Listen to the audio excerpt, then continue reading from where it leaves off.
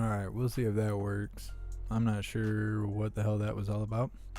Anyways, please take a second to hit that like button. The more likes that we get in a short period of time, the more people the algorithm will bring into the chat to come hang out with us and see what's going on. So please hit that like button and let me know how you're doing. What's up, Pallywood? What's up, Proud Ankle?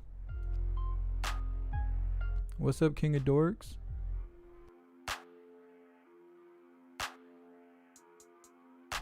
North Carolina clearance, they are not deliberating right now. They're on a 20-minute break.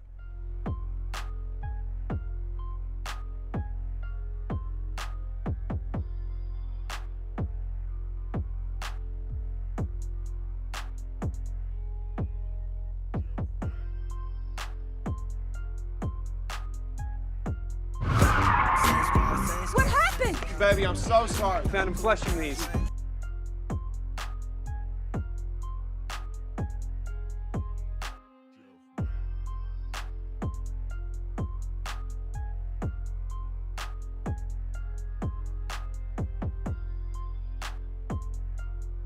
What's up, Annie? Are you okay?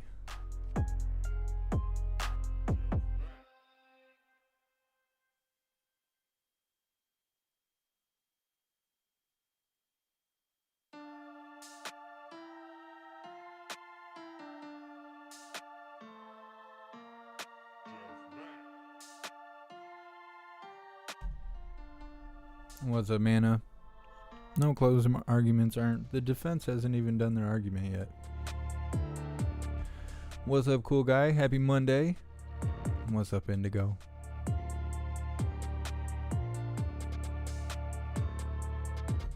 Amy, no, we have not done the pledge yet. We were having stupid buffering, so I shut it down and went live again. We will have the Pledge of Allegiance at lunch. Lunch should be around 1:30 Eastern time, unless they decide to move around the schedule, just because it's the closing arguments. Once they're done with the closing arguments, they'll leave the jury to deliberate. I mean, I guess that's probably not going to affect lunch. So yeah, around 1:30 they'll go to break. And then we will do the pledge.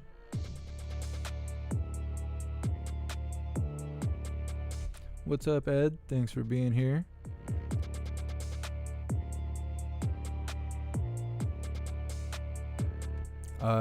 David, they've probably already been on break for 10 minutes, if not a little bit more.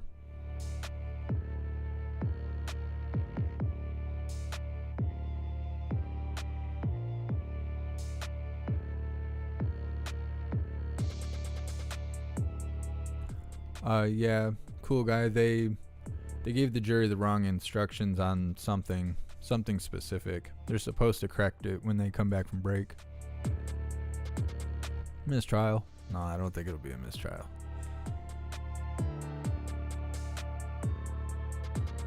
Yeah, I appreciate you, Merc.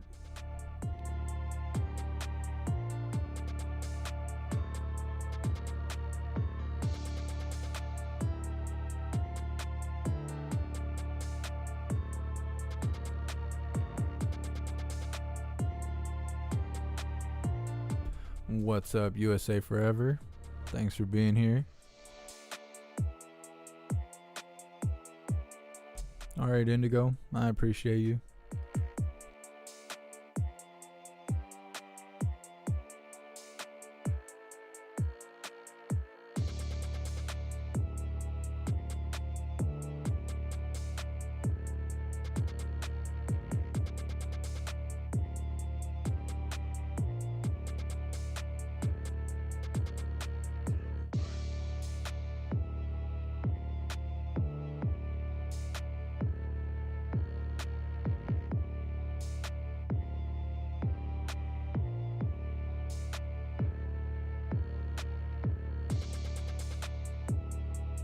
What should we do the poll on?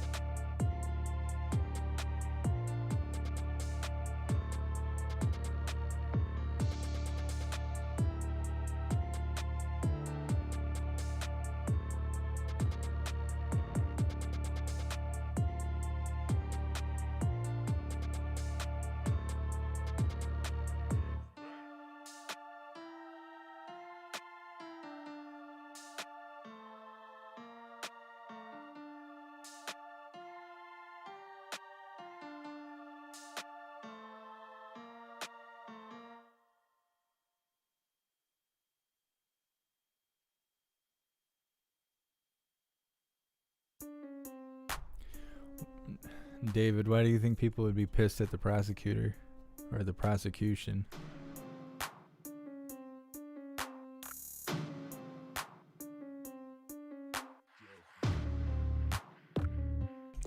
David, I don't even know who that is. I have no idea. I don't know anything about that.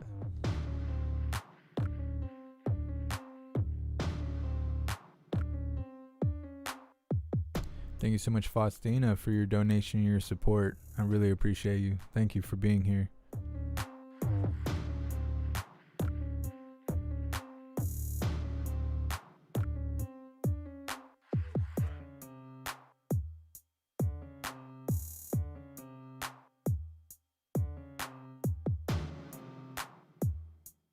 Jeez, Amy. I don't know if I can put that on the poll.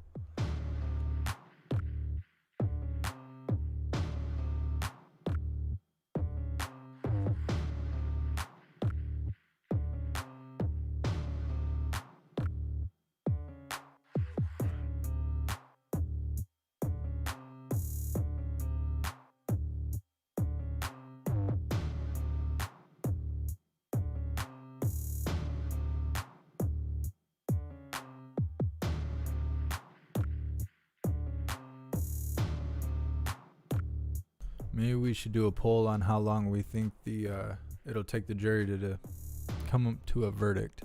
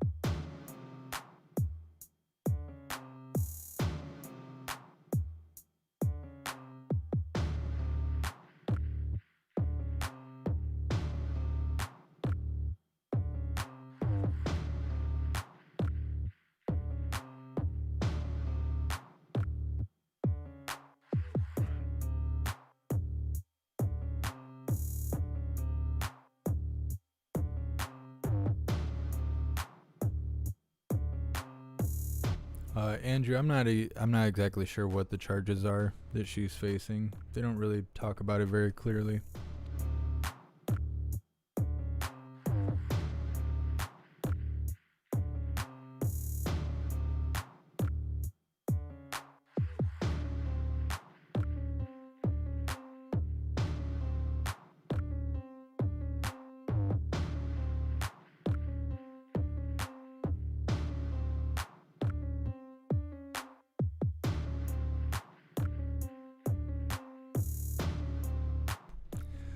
Yeah, Joe, I don't think she's getting an innocent verdict. I don't think they're going to let her just go. I mean, they might, but if they do, it's just for pure intentions of watching rioting on the Jeff Mack channel. Ready, counsel?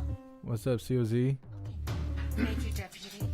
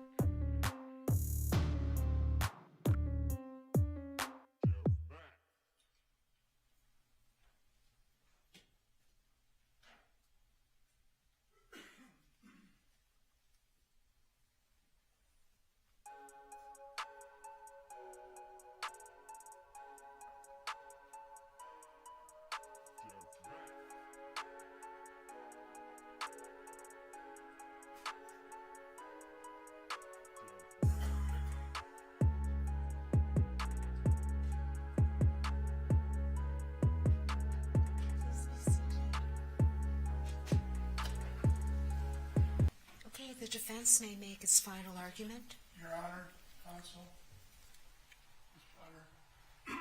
Ladies and gentlemen of the jury, I have not argued a case with a plastic shield in front of me before. This will be a first, hopefully the last. But before I get into my final argument, or summation, some people call it, we apparently were accused by the state in their argument that we might run you down a rabbit hole of misdirection. Rabbit hole of misdirection. That's what they said. Playing the video, not at the right speed, where it showed chaos, playing it as slow as possible, showing photos, that's the rabbit hole of misdirection. And make no mistake about it, Kimberly, Potter, Johnson, Lucky, and Wright were fighting, struggling, and it was in seconds that happened, not slow motion. So when you go into that jury room, play it like it's supposed to be played, not a rabbit hole of misdirection. Rabbit hole of misdirection, no threat by Dante Wright. He broke free from a law enforcement officer and took off in his car even after he was shot. No threat. Sympathy for Potter? Well, what are the photos of Dante Wright doing up there with his child? Does that prove anything on this case? Of course not. They're asking for sympathy, not us. Johnson not worried at the scene?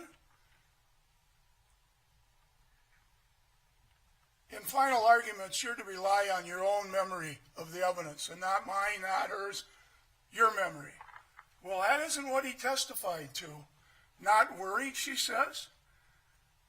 No, could not see Johnson. Well, ladies and gentlemen of the jury, the body-worn camera is here. Her head's here. She didn't have the camera on her head, and when she's leaning in, of course the body-worn camera doesn't see Johnson. But her head does, and she testified she saw him, and his look on his face like she never saw before. That's the evidence. They have the temerity to talk about Stoughton, a man who had the power to charge up to $93,000, who doesn't remember being a police officer when I ask him about crisis. He wants to go back to the training field. The temerity of saying that cops, because they're a family, lie.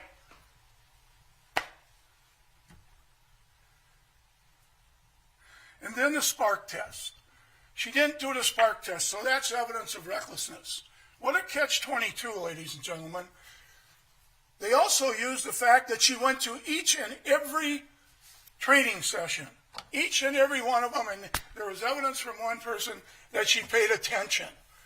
Can you imagine if she did, and they're using that to say she's reckless. Can you imagine if she didn't go? Oh my gosh, they would call her criminal, reckless. She missed a session, but she didn't. And now they're holding that against her. What a catch-22 that is. So there. I'm not going to run you down a rabbit hole. I'm going to try to make a reasonable and sensible final argument based on the evidence. However, if my recollection is different than yours, rely on your recollection. You are the jury, and you have the power to disregard what any lawyer says if your memory is different. I'm not going to try and misstate the evidence. I'm going to try and state the evidence. Once in a while, lawyers make mistakes, just like anybody else. First thing I'm going to do, have a drink. First thing I'm going to do is talk to you a little bit about proof beyond a reasonable doubt and the presumption of innocence, because that was left out of the state's argument. And the presumption of innocence means what it says. Your duty, your constitutional duty, is as jurors to presume Kim Potter innocent. Not guilty, innocent. That she's innocent. And before you can find her guilty, you must find that each and every element of the charges is proven beyond a reasonable doubt. Beyond a reasonable doubt means what it says. It's a type of proof you'd act upon in your most important affairs of your life. And make no mistake about it, ladies and gentlemen. This is the most important affair of my client's life and ours. It's a type of proof, I believe, that 10 years from now, when you look at yourself in the mirror and you say, by golly, I did the right thing when I found Kim Potter not guilty of both counts. That's beyond a reasonable doubt. There's also one other constitutional right that's important, and that is a person's right to a jury trial. A jury trial like this. We have the state prosecuting, we have all government workers, and our forefathers believed that in order to find somebody guilty or not guilty, a jury, a fair jury, should be called, and they are the ones that apply the presumption of innocence and proof beyond a reasonable doubt. And that's your job. You have to enforce those constitutional rights. That's the constitutional right of a jury trial. Jury of your peers. A fair and honest, unbiased jury. When you're asked in your questionnaire, could you presume somebody innocent? Well, you all answered yes, or you probably wouldn't be on this jury. But when you think about it, which you probably didn't as much then, presumption of innocence is that she didn't do it. And every day of your life before this trial, I can't recall if any one of you has been on a jury before, but every day of your life, you read the paper, you hear on the news, the media, whatever, that they arrested somebody. And in your brain it says, oh, they got the guy. You can't do that here. That's not the law in a courtroom. It's outside the courtroom. In the courtroom, you must presume innocence, that my client is innocent, our client. And that's a very important presumption, and we'll get into that. So, and these constitutional rights were enacted a long time ago by our forefathers. And what they did to enact them at that time was to protect our freedom. Protect our freedom from overreaching government and from biased people and from mob rule. That, hey, you can't lynch that person. We're giving that person a trial. There's no mob rule, and we're going to be fair about it. So that's what we're doing here, ladies and gentlemen of the jury. We're giving Ms. Potter a jury trial, and in that jury trial, we're going to presume her innocence, and we're going to require the state to prove each and every element of the crimes. And in doing this, I'm going to sort of categorize here. I'm going to get into the evidence right now. I'm not going to give a real lengthy argument, but the first category I'm going to talk about is causation. That's the first category. Let's look at the causation in this case. And to do that, we have to look at the instructions of the jury. In the instructions, and I got scribbling on there, but you'll get a copy of this back in the jury room, and it's extremely important. The importance is this. I'm going to read it. To cause the death, causing the death or cause the death means that the defendant's act or acts were a substantial causal factor in causing the death of Dante Wright. The defendant is criminally liable for all the consequences of her actions that occur in the ordinary and natural course of events, including those consequences brought about by one or more intervening causes, if such intervening causes were a natural result of the defendant's acts. The fact that other causes contribute to the death does not relieve the defendant of criminal liability. Here's the however, and it's extremely important, particularly when the state argues that Dante Wright had nothing to do with his death, which is absurd. However, the defendant is not, Kim Potter is not criminally liable if a superseding cause caused the death. What's a superseding cause? Is a cause that comes after the defendant's acts alters the natural sequences of events, and this is the sole cause of a result that would not have otherwise occurred. Let's look at that superseding cause. Let's look at the evidence. Substantial factor. What happened here? We got a Sunday afternoon in the spring, April 11th, and an FTO officer, my client, our client, and Mr. Lucky, Officer Lucky, were driving in their town, Brooklyn Center. They see a car that was going into a right turn but then decided to go left. They see the thing on the end windshield or whatever, and they also see that the license plate is not registered. Our client did say that she might not have even stopped them. But Lucky, Officer Lucky, who was a trainee, she was the FTO, wanted to stop him for the thing hanging on the window and the registration. He first saw the thing on the window, and then when they got closer, they saw the registration, or they checked on it. In any event, they stopped them. Everybody agreed that was a legal stop. They were doing their job on Sunday afternoon in Brooklyn Center. After they stopped, Lucky and my client got out of the car. Lucky went up to the door. You heard, and you can listen to it again, hopefully at the right motion and not slow it down until forever. Do it at regular motion. He goes up there. He says, "Hi, bro," something like that, very nice. Asks him for his insurance and driver's license. I think he tells him something about the thing hanging on the window, on the mirror. And he doesn't have a license. He doesn't have insurance. And he gives him an insurance card with somebody else's name on it. And Lucky smells marijuana and sees some in the car. Well, that's consistent, because as you learned, he smoked a joint with his passenger that morning when they got up early. And I asked what time. Well, 10 o'clock in the morning was early for this couple. After that, they smoked a joint. And what's even more corroborative of that is the forensic pathologist says 4.3L, I believe it's something like that, is a high reading.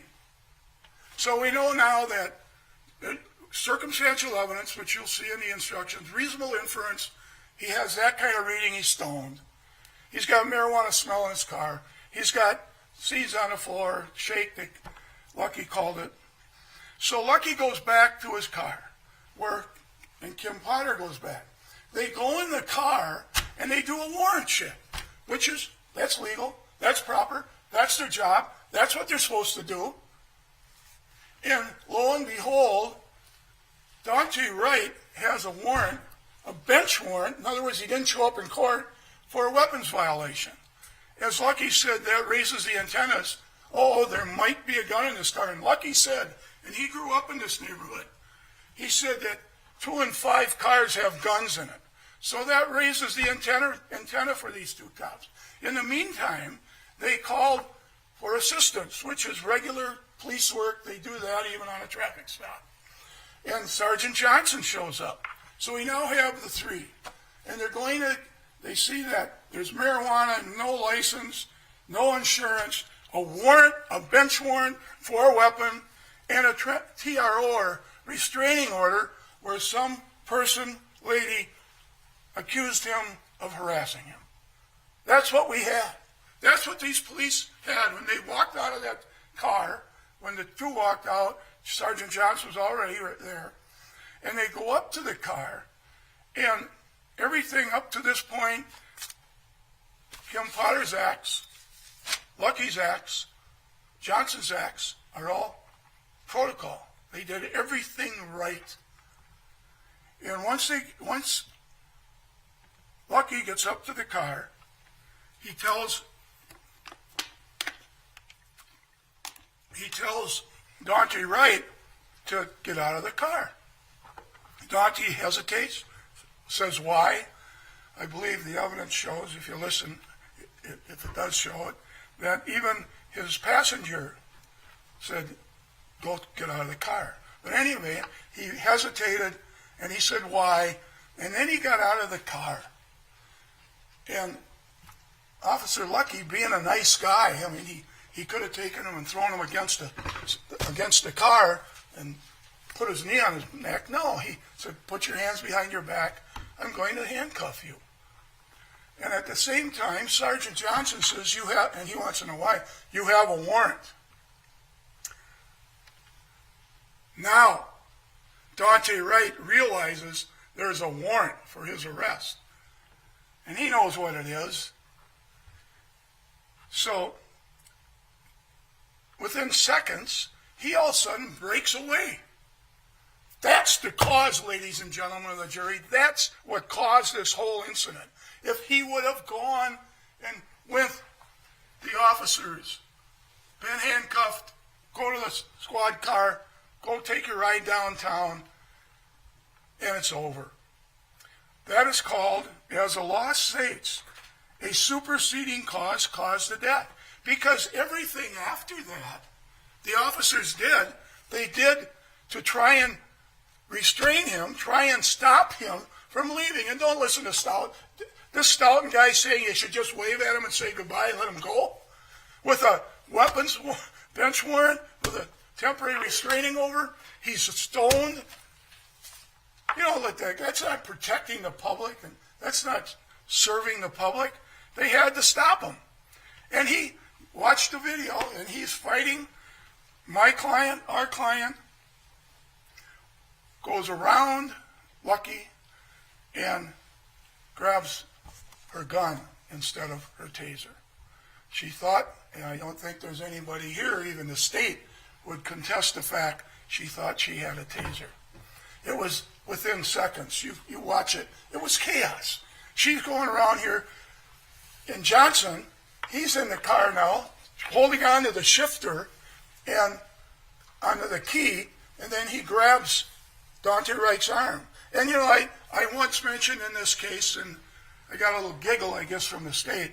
I said, what would have happened if that car would have went in reverse? Oh, it wouldn't go in reverse. He couldn't go in reverse because there were squad cars back there. Well, what about if it accidentally, from the park position, accidentally went down to reverse when he was struggling to get it in drive?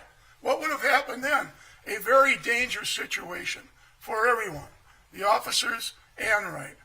So they're fighting, they're struggling, whatever you want to call it, and Wright's putting up a good struggle. He doesn't want to go to jail. So Kim Potter, I got the seconds, where Kim Potter comes around and she says, "I'll tase you." Now, all the time before that was police work, good police work, trying to stop him from leaving. And then she comes around and tries to de-escalate, it's called, the situation by saying she'll tase him, thinking that she had her taser. Why didn't he stop? Two cops are fighting with him. There's another police officer that's saying you're going to tase him. He didn't want to go to jail. He wasn't going to listen to these police officers. 4 seconds later, and you'll see this, and make it chaos, because don't slow motion it, make it at the right speed. She says again, to de-escalate it, to say, "Hey, buddy, stop, I'm going to tase you." Nothing happens with him. He fights, he struggles more. Watch the video. And then, a couple seconds later, I think 4 seconds, I believe, she says, "Taser, taser, taser." And he said, "Okay, stop, I give up." No. Would she have tased him if he ever said that during those seconds? That he was struggling, that he wanted to leave? Would he have said, I'm not going to go, I'm not going, handcuff me, I'll go to jail? No. And that's the cause. That's everything before that the police officers did as they were supposed to. In fact, it was a very procedurally right reasons for them. So, the causation get my notes here. The causation was Dante Wright. And, sometimes things happen that are unexpected, but they save a life or they save serious injury. Because when Kim Potter said, taser, taser, taser, that's a signal for the law enforcement officers to take their hands off him, which they did. And then a second later, she shot him, tragically. But she didn't know she had a gun either. And then he said, you shot me. And being alone, what does he do? Does he stay there and say, hey, help me out? He takes off then. And you see the video, he goes like a jet. He drives in danger. He's shot. He drives to endangering. He really wanted to get away. And what you can reasonably infer from that, you can reasonably infer that he knew he was guilty of that weapons violation. And he didn't want to go to jail and run the risk of a criminal case. He left to get out of there. Unfortunately, and he was able to leave. He said, you shot me. He drove down. The forensic pathologist said he could have been alive for up to a minute. So you heard the crash. I believe it was about 10 seconds that the crash happened when he took off down the road. And that, what's really interesting here, and I don't know, you're probably wondering a little bit too, but why are we watching all this stuff about the car accident? Why is that part of this case? Kim Potter didn't drive that car down there. Kim Potter didn't tell him to drive that car down there. He, on his own volition, while he was alive, drove down there. He should have stayed. Maybe he would have had some medical help from the officers Potter, Lucky, and Johnson. Think about it. Yet they show all of this. They show the poor ladies, the lady, Miss Lundgren, and her husband's and physical health, bad physical health. They show that. They show her daughter, and it's all got nothing to do with this case. But you know why? You know why they're doing that? They're trying to run you down the rabbit hole, as she says. They want sympathy. They want sympathy. They want to blame that on our client. Think about it. How could she be at fault for that? He purposely decided to drive away. He just didn't want to go to jail. So that's the superseding cause. The judge will instruct you, as it is here. It's the last sentence. I'm not saying something that's not there. A superseding cause comes after the defendant's acts. Her acts were all legal. Everything she did was legal. And then he tries to break away. And consciously, she thought she was doing the right thing.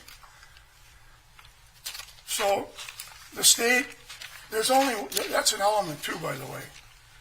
I don't know if I mentioned that, but the element for both crimes is, second, the defendant caused the death of Dante Wright. Kim Potter caused the death of Dante Wright. The death of Dante Wright was caused by the defendants committing a reckless handling of a use of firearm. Cause. And that's in the second elements of manslaughter too. The defendant caused the death of Dante Wright. So I could stop right here, because if you presume what you have to do, if you presume that she did not cause the death, which you have to do by the presumption of innocence, did they prove beyond a reasonable doubt that she caused this death? No. Dante Wright caused his own death, unfortunately. But those are the cold, hard facts, the evidence. So I could sit down now because they didn't prove that element, but we're going a little bit further. I apologize, it'll be a little longer. And the second issue that I'd like to talk about is the authorized use of force. And the authorized use of deadly force is the first defense. And the state has to prove that they have the burden, and I'm going to read it to you. The defendant is not guilty of a crime if used deadly force as authorized by law. This is important. To prove guilt, the state must prove beyond a reasonable doubt that the defendant's use of deadly force was not authorized by law. And when you look at that, you also look at the presumption of innocence. And you must presume that she had a right, authorized use of deadly force, that she had a right to do it. That's the presumption of innocence, and the state has a burden to prove beyond a reasonable doubt that she did not. And the other interesting factor that wasn't mentioned is that you can't hindsight these things. You can't say to the officer, well, now, wait a minute. You didn't spark your gun or your taser. You went to all those training sessions, so you should have known it was a taser or gun, not a taser. It's not should have known, and we'll get to that. But let's first look at defendant's authorized use of deadly force. First off, there was a vague argument that the officers are a family, so they're lying. They're not telling the truth. They're helping Kim Potter out. They're a family. Come on. You saw all of these officers. Were they professional? Yes, they're college graduates. They came before you and told the truth. They weren't impeached by anything. A family? Major Johnson is no longer in Brooklyn Center. He's down in, I believe, Goodhue County, down in Red Wing. He's a major down there, head of patrol. Is he the kind of guy that would lie about something? No. And the other officers? The commander. Is he part of the family? No, he knows her. He thinks he's a good cop. So to argue that these police officers gave their opinion because they wanted to protect Kim Potter, they know what the oath is. They know what a crime is. They know what perjury is. They're not going to do that. That's going down the rabbit hole, I believe. In any event, remember the auto accident? And there was this one picture, I believe, and Dante Wright was lying on the ground. I think there were 6 or 7 police officers around him trying to revive him. Police officers aren't thugs. You've seen these officers. To say that they would color their testimony to help their friend out is outrageous. It's simply not fair. And as far as the authorized use of force, they paraded their own witnesses, the state's witnesses, Major Johnson. I asked him, well, were you in danger? I can't remember exactly what I asked him, but basically to show that he was in grave danger or might get killed by him wrestling with Wright while leaning over the car. Maybe he wasn't sitting in the car, but he's 6'2", leaning over and grabbing that shifter and grabbing his arm. If he would have been able to get that shifter going and get it going, what would have happened to Johnson? The worst would be death. If he took off like he did as a jet, the least would be serious injury. And when I asked him that, what did he say? And this wasn't contrived. It wasn't no evidence that it was made up. He said, he quoted 60966, which is in the instructions, that on deadly force. He cited the statute. That's what he believed. That was his take, and he was there. He wasn't in a classroom or in Florida watching a video. He was there. He was the man leaning over and struggling with this guy. And when you're taken by surprise, all common sense, reasonable inference, when you're taken by surprise like Wright did, and you're relaxed before that, and you're doing these things, and all of a sudden he won't give up, that's chaos. That's chaos. And Johnson was in there. And Stoughton can say what he wants, but what did James say? After hearing the testimony of Johnson, no question that Officer Potter had a right to use deadly force. Even though she didn't know she was using it, she had a right to. And that's what the law is. And they have to prove beyond a reasonable doubt that she did not have a right. And what do? The only person they call is Stoughton, the $95,000 contract a year guy. Stoughton, who has not been a cop for 15 years, he was a police officer 5 years, and doesn't remember if he ever had a crisis. He wanted to talk about field training. It's hard to believe our state of Minnesota would do that.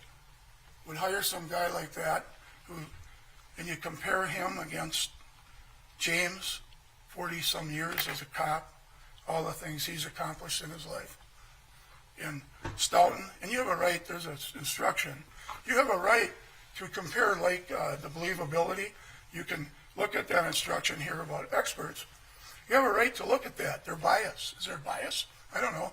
He gets paid, he can be paid up to $95,000. Our expert, he doesn't charge. He chooses not to charge. He drove up here having a heart surgery 2 weeks ago. That's how strong he believes in the fact that she could use deadly force.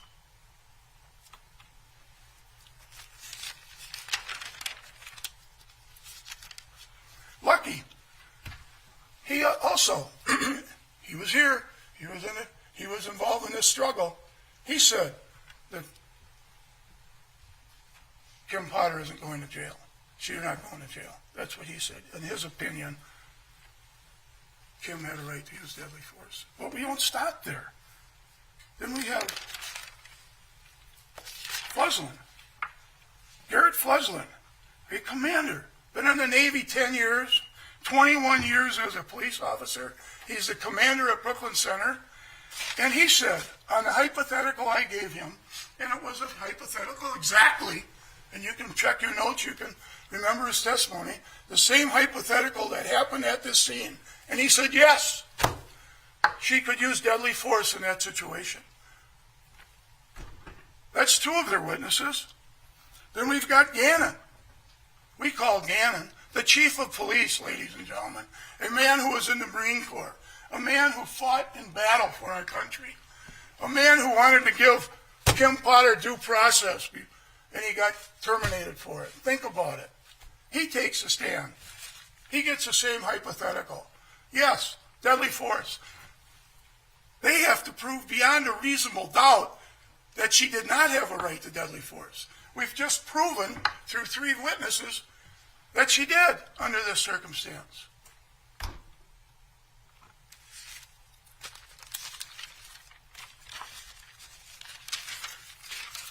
Do any of those officers, Chief Gannon, he doesn't work there anymore. The major doesn't work there. The commander, he isn't too worried about his job. Are they the kind of individuals that would lie, that would give a false opinion? No. Think about it. Look at the instruction on that.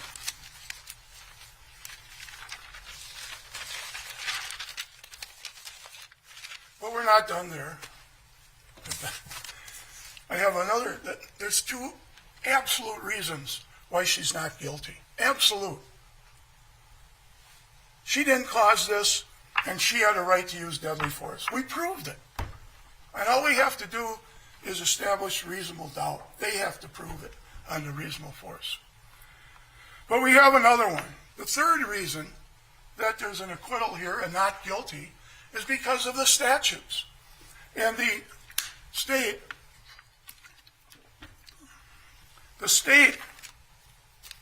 brushed over this a little bit on the elements. Let's look at those elements a minute, and let's rely on what the language, what words mean.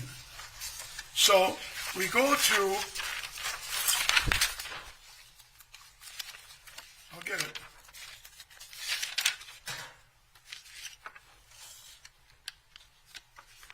We go to first the reckless use of a firearm. We've already talked about the cause of death. That's one element they didn't prove. But there's also two definition of reckless. You'll see when you read these. And a person acts recklessly if under the totality of the circumstances she commits a conscious or intentional act in connection with the handling or use of a firearm. Conscious. Conscious, we all know, means being aware you have the firearm. You have. Cheers, hooligans. How could you recklessly handle it if you don't know you have it? And there's no evidence that she knew. Every piece of circumstantial evidence, I'll tase you, taser, taser. She didn't know she had a weapon. She didn't know she had a gun. And that's what the element says, conscious. She wants to talk, the state wants to talk, well, she had all this training. She should have known. No. It's at this point that she knew she had a gun. How can you recklessly, consciously handle a gun if you don't know you have it? If because of the exigent circumstances, the emergency, whatever it was, the mistake, it's totally believable and totally true that she didn't know she had her gun. She never shot her gun in 26 years. Never even shot the taser. And you might think, oh, geez, probably a lazy cop. Really? How many volunteer programs was she involved in when she was working at Brooklyn Center? No. It's a good cop, and all the officers said so. But the person acts recklessly if under the totality of circumstances she commits a conscious or intentional act. And then you go on the totality of circumstances, you go to authorized use of deadly force.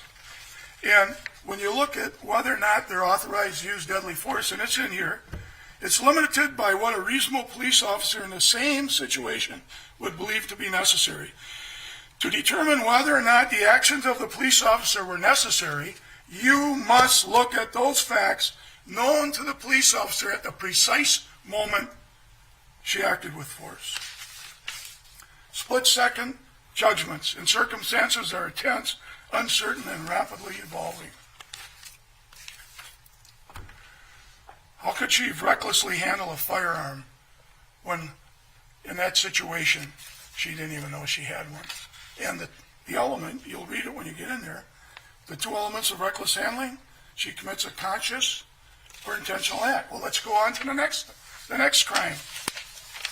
You might ask yourself, why is she charged with these crimes? But that's for another day. We don't talk about that.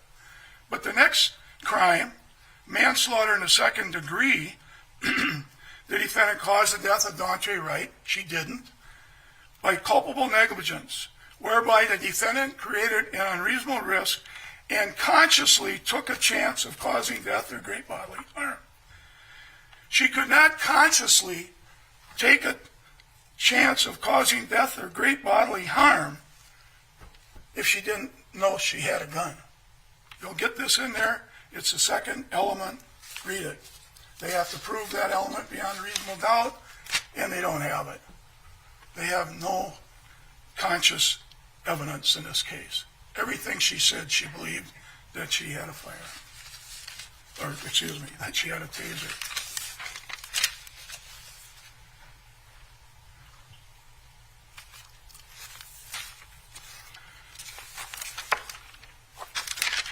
The next area, another basis for acquittal for not guilty, is the simple answer, mistake. She made a mistake. The company that makes tasers recognizes that they, even though they do all these things to guard against it, they have the police officers sign a piece of paper saying that they understand this and that. They do that so they don't get sued. But you could be trained forever, and under exigent circumstances, you can end up making a mistake. We called Dr. Miller. Dr. Miller, we didn't hear anybody saying he wasn't a professional psychologist who deals in mistakes like he did. He talked about the brain power. I'm not going into all that. Frankly, I didn't understand all of it, but I do understand this, that in the walk of life, nobody's perfect. Everybody makes mistakes. And some of those mistakes are small mistakes, but some of them are very serious. And she obviously made a mistake. It's called an action error. He explained that, how the brain, the dominant brain, takes over the other brain, and you draw your gun instead of your taser. You know, and they mentioned doctors. Doctors, I've never heard of a doctor being charged with making a mistake. And we know, common sense, history tells you that they've made many, and many have caused death. Many have caused serious injuries. They're doctors.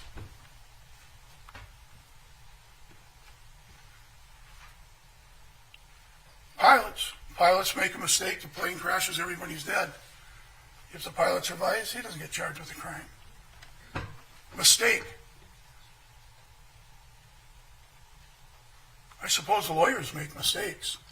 If you make a mistake and you're under the pressure of a trial and you're defending somebody and you make a mistake, what happens? Your client ends up in prison. That's the kind of pressure you have. And you think about it,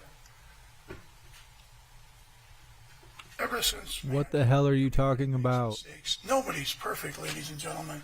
And this lady here made a mistake, and my gosh, a mistake is not a crime. It just isn't. It just isn't in our freedom-loving country that we're going to put you in jail for a mistake you made, even though you took all the training, even though you did everything, you made a mistake. And what does the Taser people say? Well, we recognize there are confusions. There are mistakes. We recognize that. Well, if they do recognize it, let me ask you a question. Why do they have the taser shaped like a gun? They have yellow on it and all that stuff, but why is it shaped like a gun? Why isn't it a flashlight? Why is it in a holster on their belt? Why isn't it up here by their chest? Think about it. Why? Because they can sell more of them if it's shaped like a gun in a holster. Of course. They're in marketing. They're marketing it. So,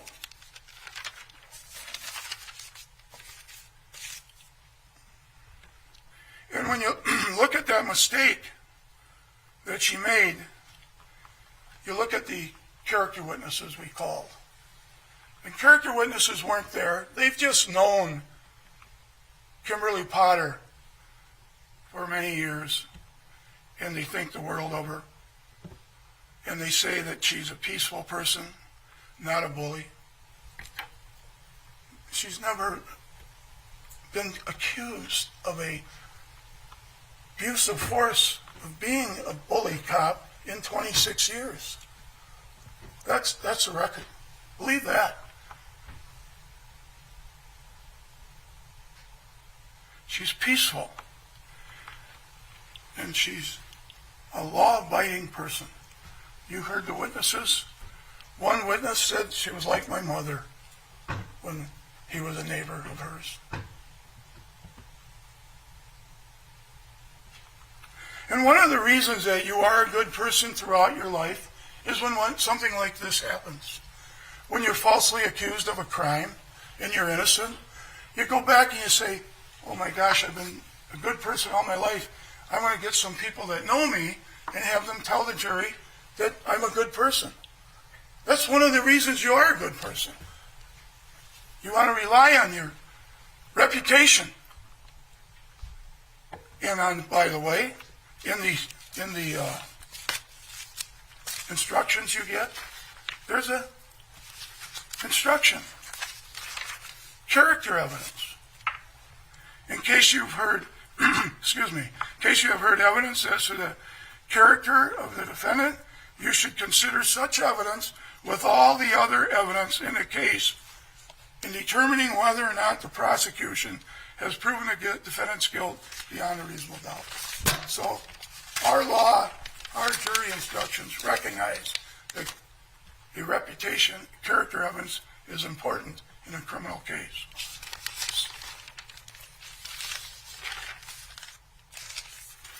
finally, and I'm almost done. Don't clap. We have we have Kim Potter. She testified. You saw her. I don't believe, you lie in your notes, I wrote it down somewhere here that they claim she admitted something. I contest that. Look at your notes. Kim Potter took the stand, and she said she saw Johnson, that she saw him and he had a look on his face she'd never seen before. And that was right before she said, taser, taser. Now, they want to argue the body-worn camera, if we run it real slow, you can't see that. Well, of course you can. The body-worn camera is here. It's on the body. Her head's up here. Even though she's 5'3", she can still see in the car. That's an outrageous argument. It makes no sense at all. They're relying on the slow motion of the body-worn camera, not the fast speed. If you saw it in fast speed, it's chaos.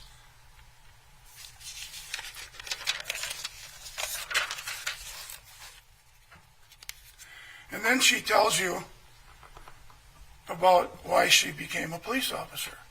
She became a police officer because when she was grade school, a police officer, she knows his name, Mike McGee, came to school and talked about bicycles. She decided that day to be a police officer. She was a school officer letting elementary kids walk across the street when she was in junior high. She was an explorer in high school. Continued to be an explorer, went to college at St. Mary's, took law enforcement and sociology, and took the training, first worked at the Anoka State Hospital, then she got a job in Brooklyn Center. And she worked there for 26 years, ladies and gentlemen, 26 years in which she volunteered for domestic, helped the victims in domestics, going to the death of officers and handling that. Crisis intervention, all of these things she did, and there's other ones I'm not going to, but she was very interested in helping people. And that's a sign of good character. Does that tell you that she did not know she had a gun? Of course it does. Does that tell you that she used reasonable force, deadly force, because she saw Johnson? She didn't know she had a gun, but she did shoot her taser. And by the way, there is an instruction in here about using the taser. And the reason that's there is because I believe Stoughton said that, she couldn't even use non-deadly force.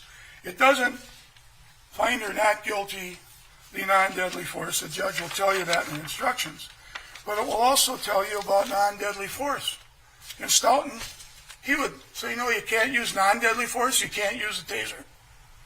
You have to just let them go. Does that make sense, ladies and gentlemen? So that's why that's there, because Stoughton said that. You decide the credibility of Stoughton.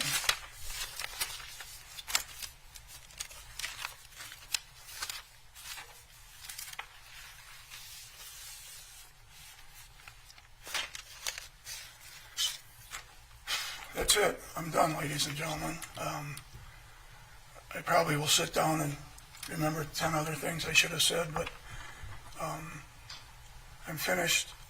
The Potter family thanks you for listening to this case.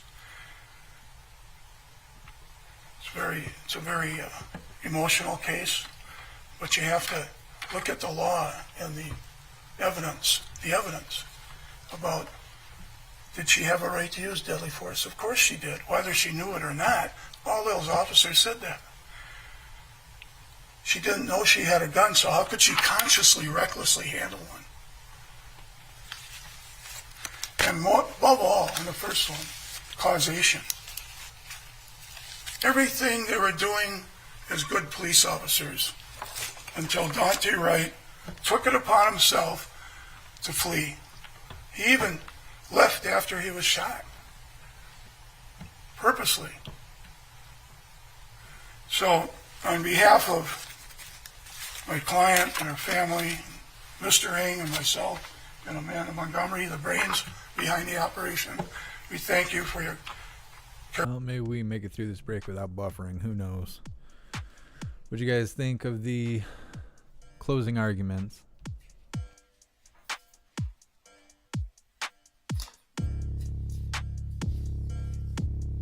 Are you kidding me? As soon as I say that, it starts buffering.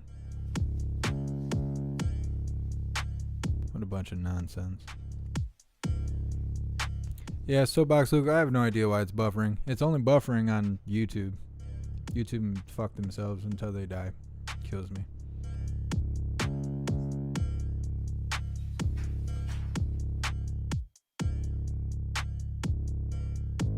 It's all good until we go on break, and now we got a buffer.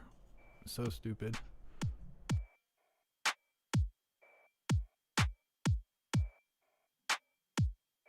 I feel like all of that was terrible closing arguments from the prosecutor and the defense.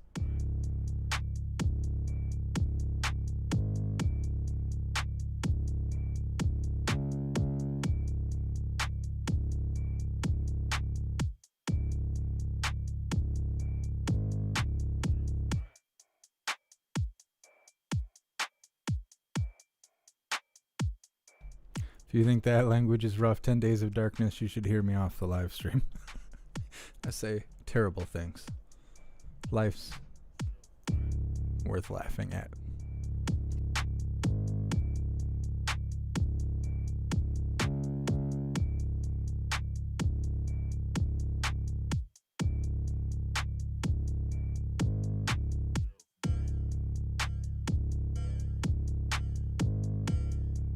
Soapbox Luke, you think she'll get off? You think she'll get innocent? I don't think so. I do not think so. I don't know though. After those two terrible closing arguments, who knows? The jury might just go home, call it a day. I don't know. Joshua, I'm not sure if there is protesters feeling one way or another about this case. I know there was, like, on the first day of the trial after they had done jury selection, but it was very short-lived. Maybe a 20-minute protest outside or something, talking on a megaphone, and that was it. I haven't heard any other protesting since then. That doesn't mean it's not happening, but it's not being covered live anyways.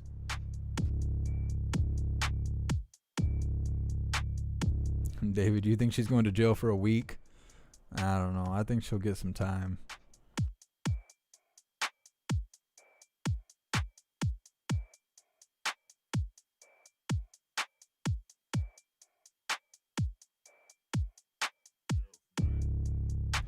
Robert, you think she should have took a plea? Do you think they offered her a plea deal? Like a decent plea deal? I don't think she probably got a good plea deal. You would think she would, being a cop, but I don't think she would be at trial if she got a decent plea. Hydrodynamic, I'm not going to answer that. I see what you're doing there, okay? I see what you're doing. We're not going to do that.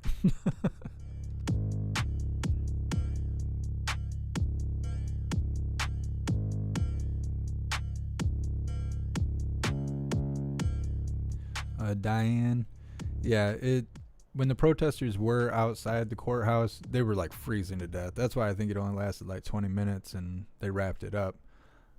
Not sure what the weather's like there right now. Like here in Michigan, it's like record-breaking warm outside, and we don't have any snow, which is very strange for time of the year.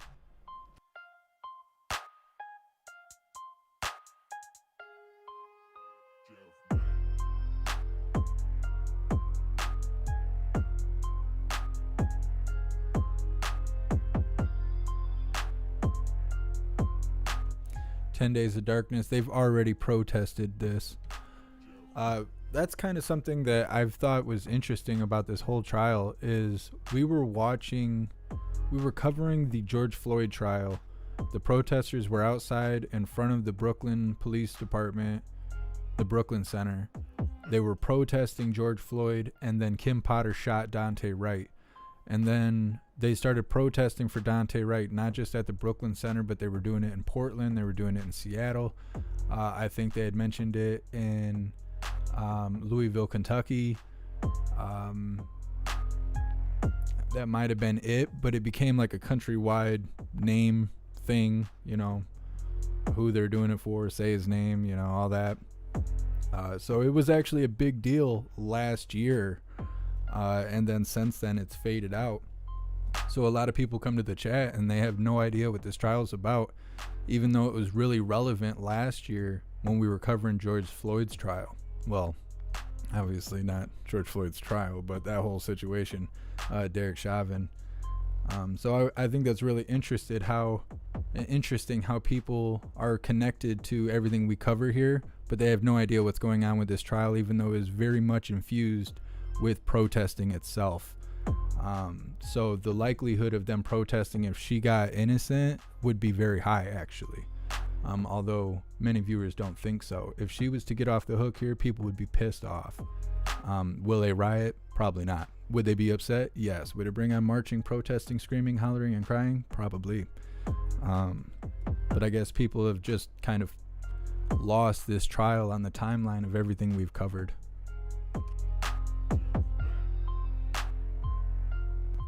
Josh, you got snow where you are? Where are you? In the country? Yeah, we don't have snow here, which is really surprising, but we've had like terrible wind the last few days. Blew the siding off one of the buildings nearby.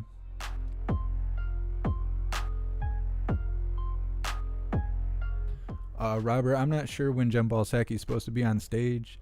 I'm waiting for them to call it. I think that this will be wrapped up before lunch. I think by the time we go to lunch, they'll be wrapping it up for the day. Well, more or less, they'll be going to deliberate, but I don't think we'll have a instant verdict. If there is time, then I do plan on covering the White House briefings, but I don't know what the schedule is. I haven't looked at it yet, so I'm not exactly sure.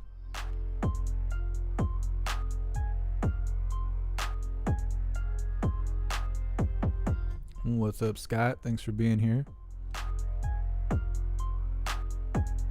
High Plains Drifter, yes. Once they come back, I'm sure they're supposed to have a rebuttal from the prosecutor, which I'm not really looking forward to, as long as it took her to do her initial argument. But after that, then they'll be going into deliberation. I don't think it'll take very long. I don't think it'll happen today necessarily. It could happen today, but I think it'll be tomorrow or the next day they'll come up with the verdict.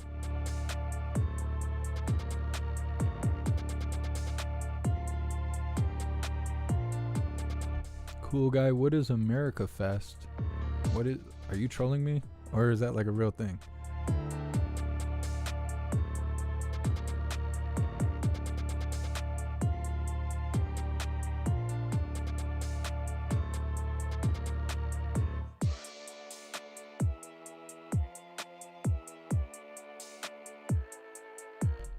Because I care. You guys got snow in the yard?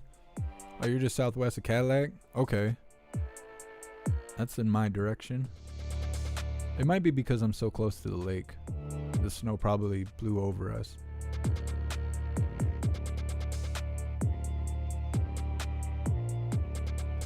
Yeah, 10 days of darkness, only time will tell.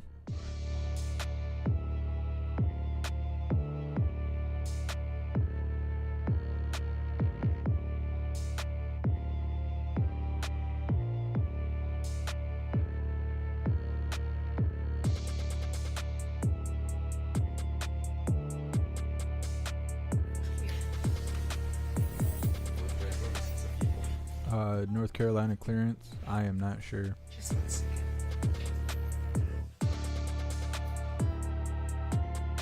Make sure you guys take a second to hit that like button if you haven't already. Let's try and get the chat full before they go to deliberation. Merry Christmas, Joshua.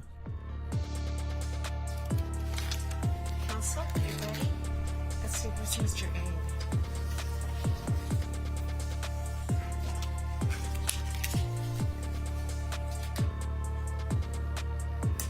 Really, High Plains Drifter? I had not heard that. I have heard that Trump had a rally or something the other day that no one showed up to, but I was never notified that there was a rally, so I didn't know if that was mainstream lying in articles or what.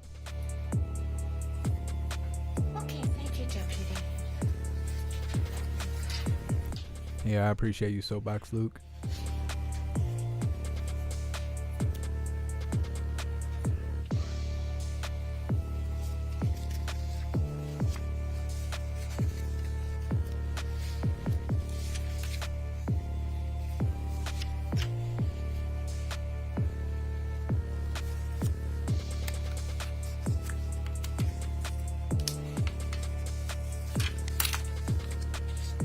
Good, please be seated.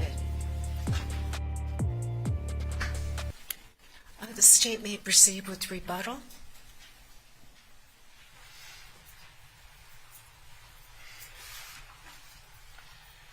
Thank you, Your Honor.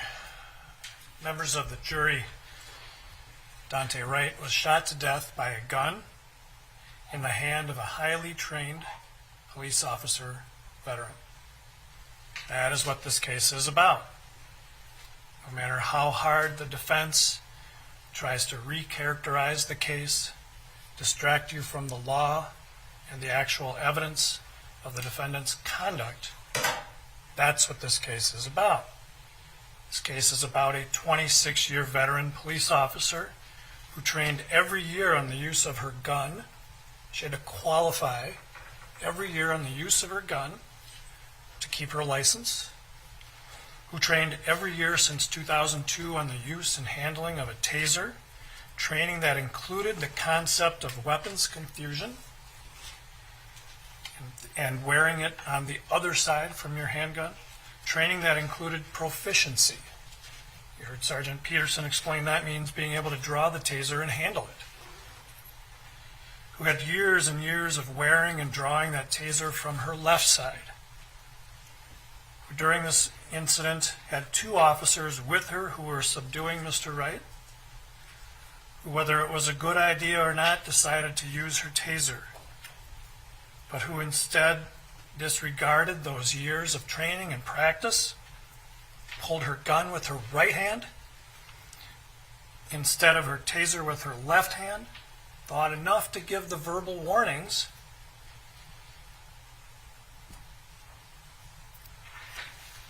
but not enough to realize, to be aware, she was pulling her gun. My review of the video, you rely on your own review of the video, but she has her gun in her hand, pulled out of the taser for some 7 seconds. Somewhere between 5 and 6 of those seconds, she has it held out in front of her. And then she shot Mr. Wright in the chest from a foot or 2 away. There's no mistake defense. You will not see an instruction on the defense of mistake. The judge will not give you an instruction that says a person is not guilty if they commit a mistake. That's not the law, no matter how often the defense says mistake.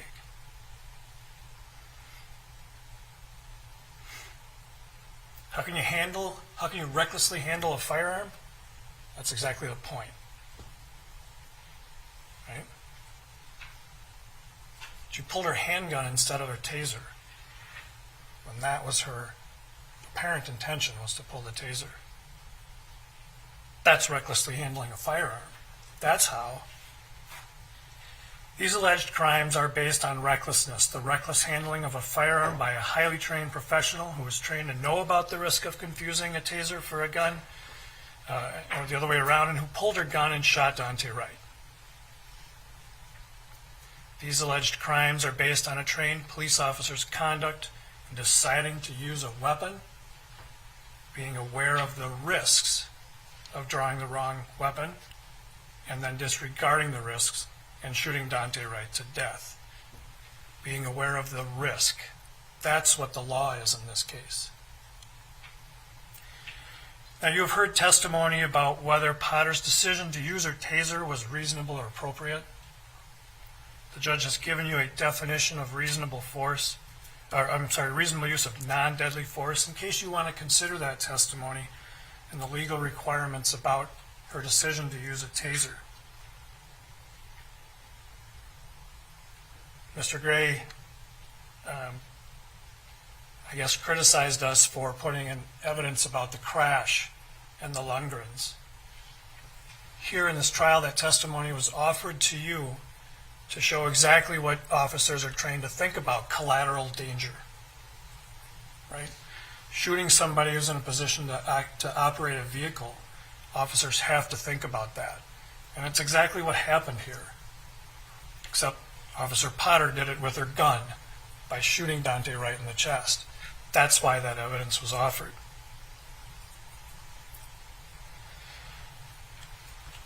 When you consider the defense argument, incidentally, here for a moment, think about criticizing us for putting in evidence that has relevance to the issues. But the defense put in character evidence about Miss Potter and concluded with that, arguing to you that she's a good person. What's the relevance of that testimony? She may be. What's the relevance to the issues in this case? Mentioning that Mr. Gannon was a Marine, and I think... Object to that. Obviously, character evidence is relevant. The objection is overruled. Mr. Gannon, who served as a Marine, and I thank him for his service, I'm sure we all do, and it's impressive. He pointed it out to you today. What's the relevance of that testimony? Anyway, ultimately, you really may not have to decide whether her decision to try to use a taser was reasonable, because that is not a defense to the charges. It's straight right in the judge's instructions. It's not a defense because the conduct at issue in this case is firing the gun that killed Dante Wright.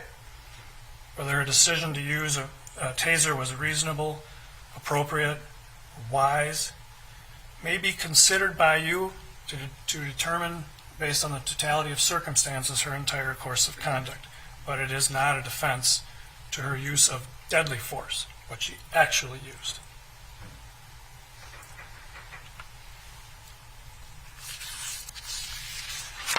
I'm going to address the issues raised in the defense argument in slightly different order.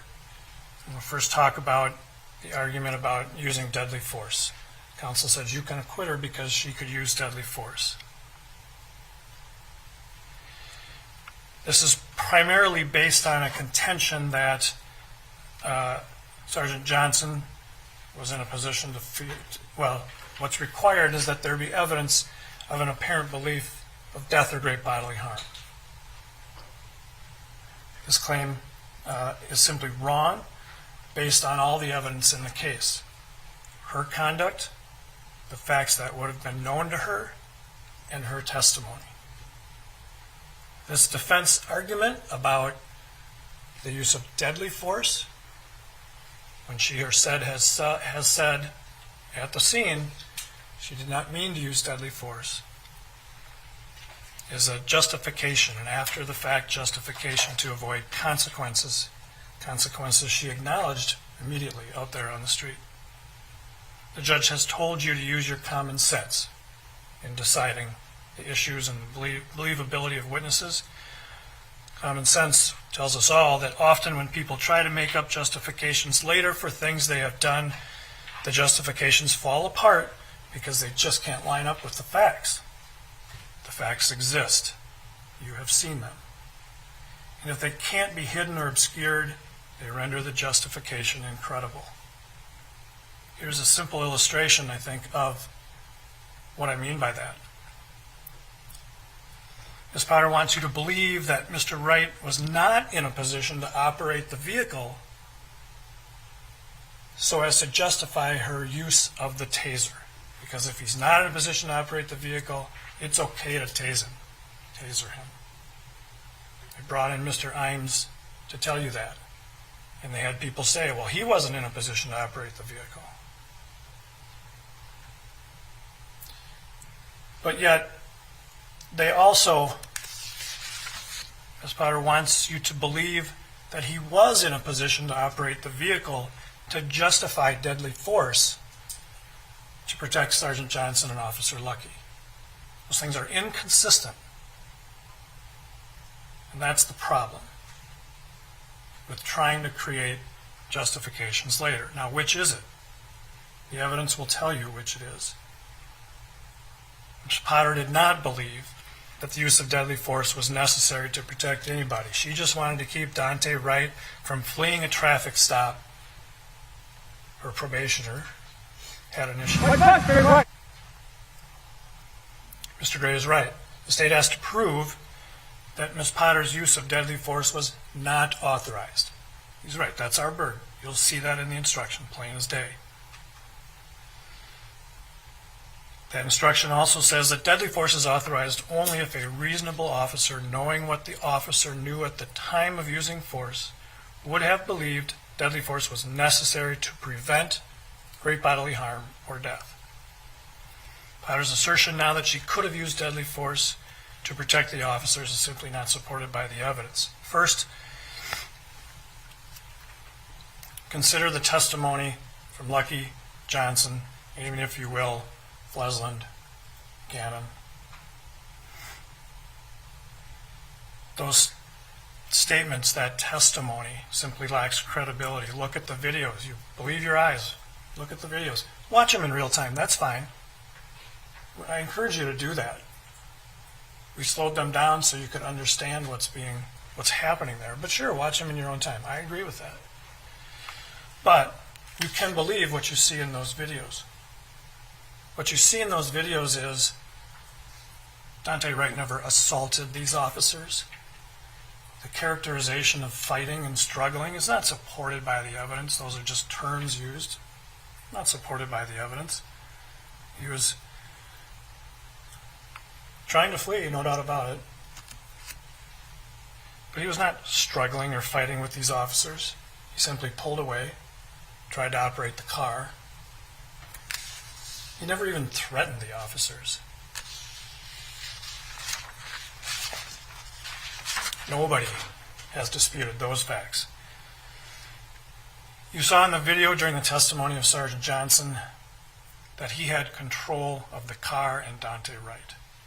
He reached in, tall man, standing firmly on the ground next to the car, leaned against Elena Albrecht Payton, who obviously didn't put up any resistance to an officer of his size, didn't put up any resistance, so leaned against her, put his right hand on the shift knob, and you can watch that video and see Dante Wright's hands reaching for the shift knob, but he can't move it because Sergeant Johnson has control of that shift knob, and he's reaching up to shut the car off. During that time, Sergeant Johnson says something to Elena Albrecht Payton, something like, "Just stay back." Listen to the calmness in his voice, of terror on his face that a 26-year police veteran had never seen before.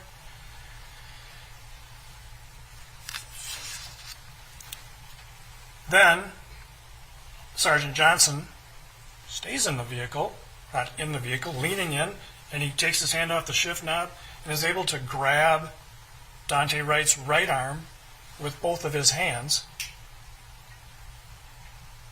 and pulls Mr. Wright's right arm over in front of Elena Albrecht Payton in the passenger seat. He's not concerned about being dragged. He's subduing Dante Wright. And he's doing that because he assumes Lucky on the other side is going to grab the other arm and they're going to be able to handcuff him. That's what his testimony was.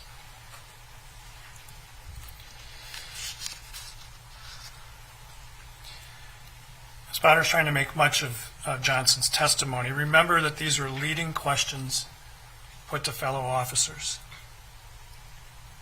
I'm not saying officers lie. The judge will instruct you when considering the believability and weight to give testimony. Think of the relationship between the parties. These were leading questions put to Officer Johnson. His question was, what would have happened with you halfway in the car? That's my recollection of the question. Rely on your own. Sergeant Johnson wasn't halfway into the car. At the time of the shot, he was all the way over to the passenger side, securing Mr. Wright's right arm. He had control over Dante Wright. The only time Sergeant Johnson became concerned is when Potter used her taser, said she was going to use her taser. Recall that Officer Lucky testified, and with rapid succession of leading questions, they asked him, well, if you had been in the car, you could have been dragged and hurt. He said, yeah. Well, remember again, that's a hypothetical question. And what the real evidence is that Officer Lucky was standing outside the car. At most, he reached an arm into the car. He tried to grab a hold of Mr. Wright. At one point, he tried to grab the steering wheel or the steering column. He's standing outside of the car, his feet on the ground. He's no more in the car than Potter was. Recall that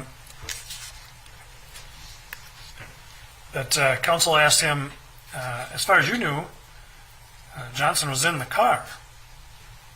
Lucky dutifully agreed with that. Judge, I object to this. I didn't go into this testimony. The objection is overruled. For the record, Your Honor. No. But during that time, Potter is on the other side of the car from Sergeant Johnson, sometimes behind Officer Lucky. Recall Officer Potter saying she's 5'3". Look at the video. Yeah, her body camera's down here, and her eyes are up here, but she's only as tall as the car. So counsel pointed out, we're talking about the body cam, we're showing you the body cam. Yeah, but her eyes aren't going to be any better perspective of Sergeant Johnson. Just look at the video, see where she lines up with that car. And you heard Dr. Miller talk about hyperfocus. Well, if she had this kind of tunnel vision hyperfocus during this chaotic scene, how did she see Sergeant Johnson's face with this look of terror? The bottom line, factually, is that the opinions of Lucky, Johnson, for that matter, Fleslin, Peterson, Gannon, on which she bases her factual claims, were offered on leading hypotheticals, not the actual facts of the case. This is particularly true of Fleslin, Peterson, Gannon. Fleslin and Peterson only watched brief snippets of the video. Right? They didn't review all of the evidence in the case. Seth Stoughton did. They didn't interview witnesses. They admitted to you all. They were just offering opinions on hypotheticals from Ms. Potter. Mr. Gannon indicated that he watched Ms. Potter's body-worn camera that night and immediately concluded this was an accident.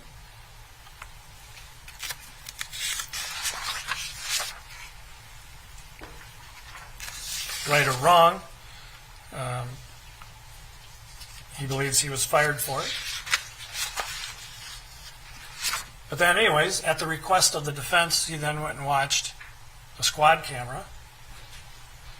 And that was all. The squad camera's perspective is behind the Buick, the white car, and a little off to the driver's side. It's not a good perspective of Sergeant Johnson's position. The fact is, Gannon didn't even watch Sergeant Johnson's body-worn camera. You have. The facts simply don't support these assertions, but more importantly, these assertions don't even address the proper legal argument you have heard, and you will read in the judge's instructions, that the standard is what a reasonable officer in Officer Potter's position would have known. Not one of those witnesses tried to explain that to you.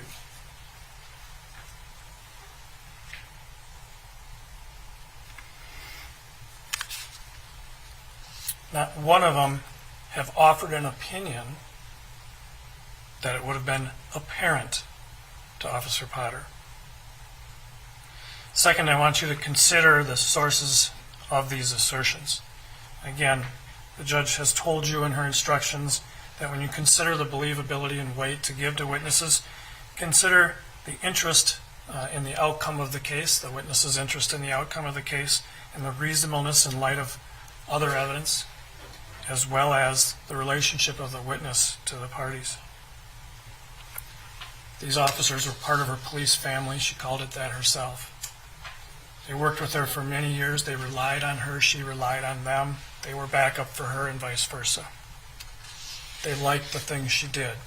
The honor guard, I think we can all like that, right? I mean, that's good stuff. That she did, no doubt about it. The domestic abuse response team, that's good stuff, right? They all spoke highly of her for it.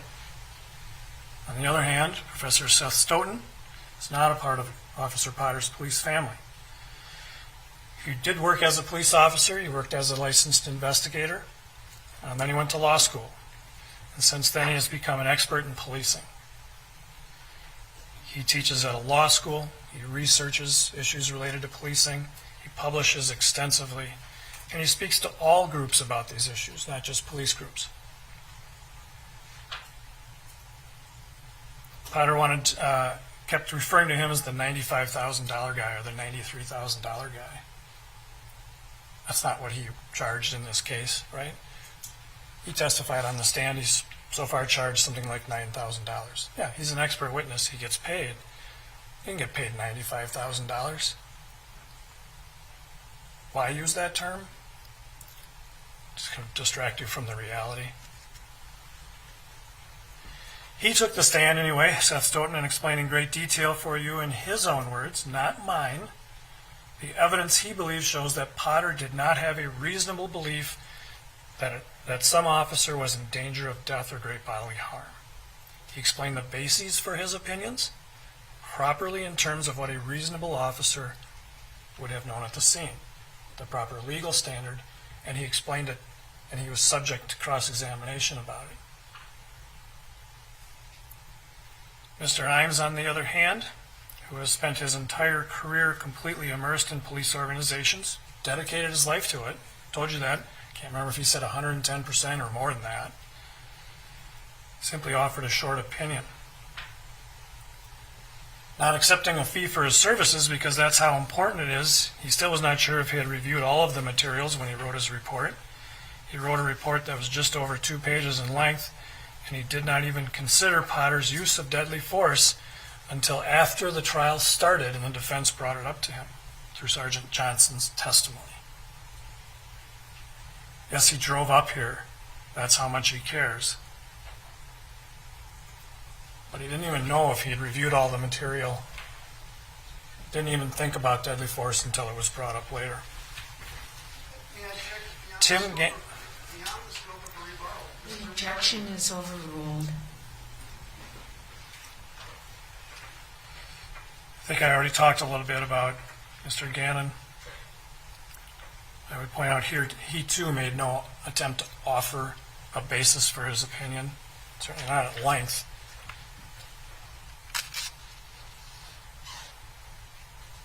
Didn't even watch Sergeant Johnson's body-worn camera video.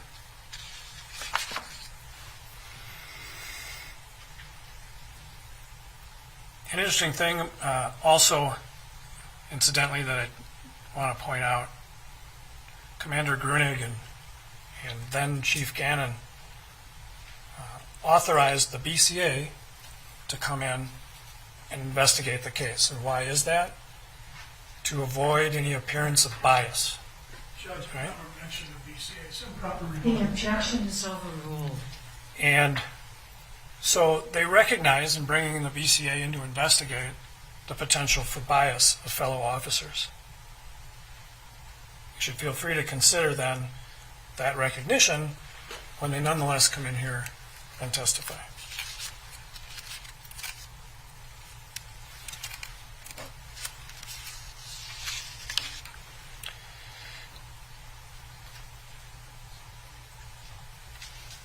But in the end, despite all of that, you can rely on the most important evidence of all, Ms. Potter's own actions and words.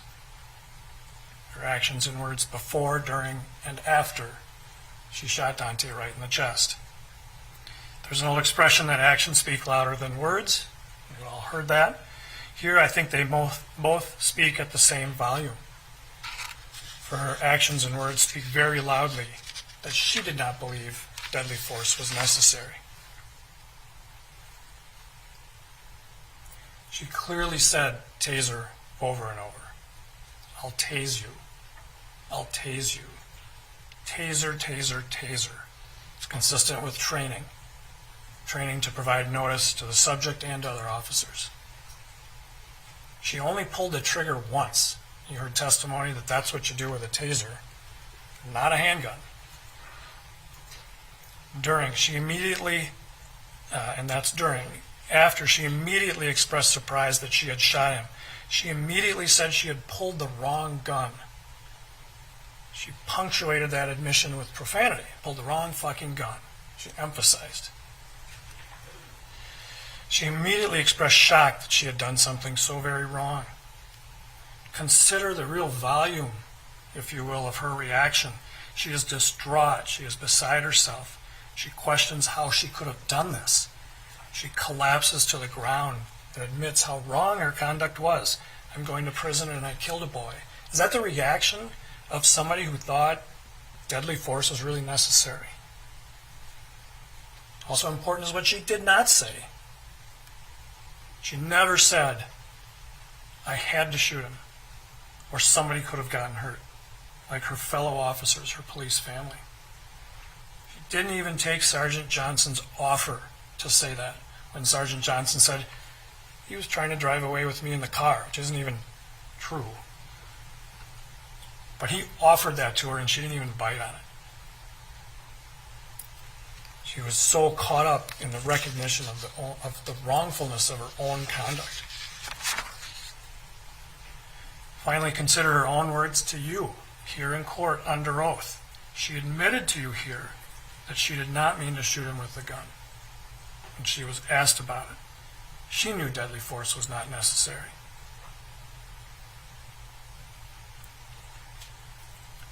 If she didn't believe deadly force was not necessary, how could a reasonable officer in that position believe it?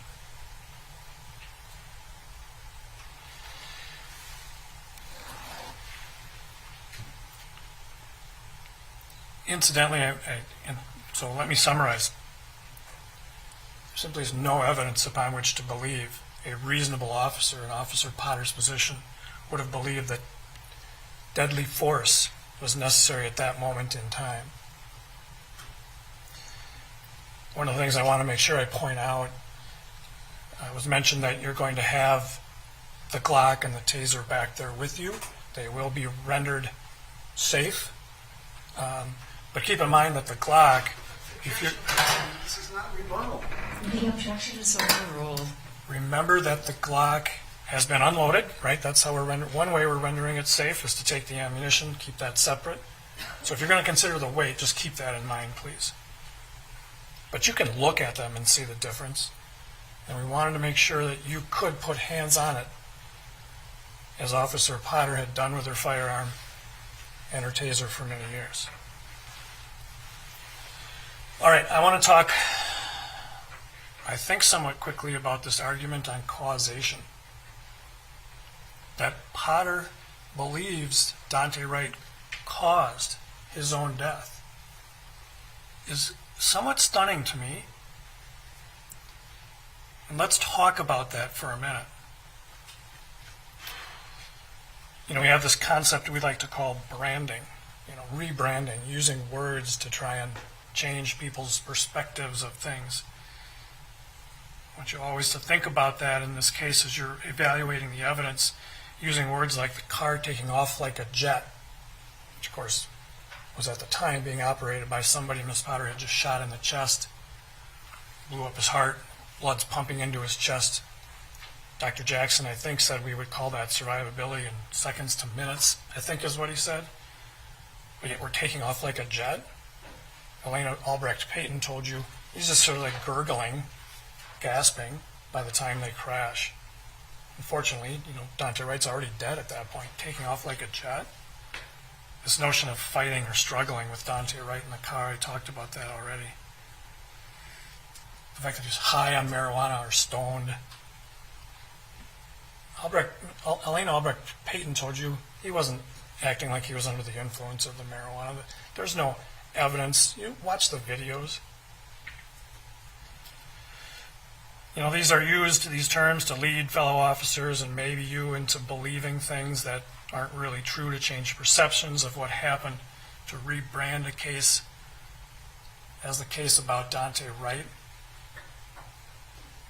And this contention that he caused his own death is factually wrong and legally wrong.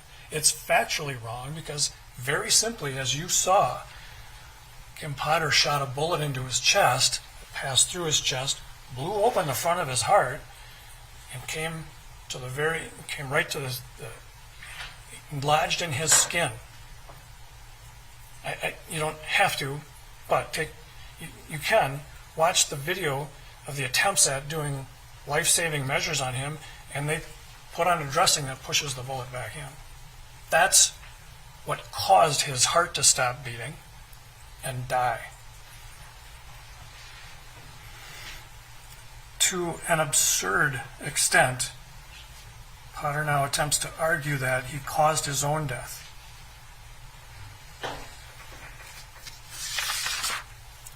I want you to consider, if we accept that argument, that he caused his own death, we have to accept that any time a person does not meticulously follow the commands of a police officer, they can be shot to death. And there would be no consequences. The objection is overruled. And there would be no consequences to that officer. That's absurd. It's also contrary to common sense and the law. Every officer that was asked admitted to you that in making arrest, officers have to use reasonable force. I mean, that's why we're here. She didn't use reasonable force. She shot a man. I would have preferred had Dante Wright followed the commands and not tried to flee, sure. Does that absolve her from liability? Does that allow her to shoot him to death? It does not.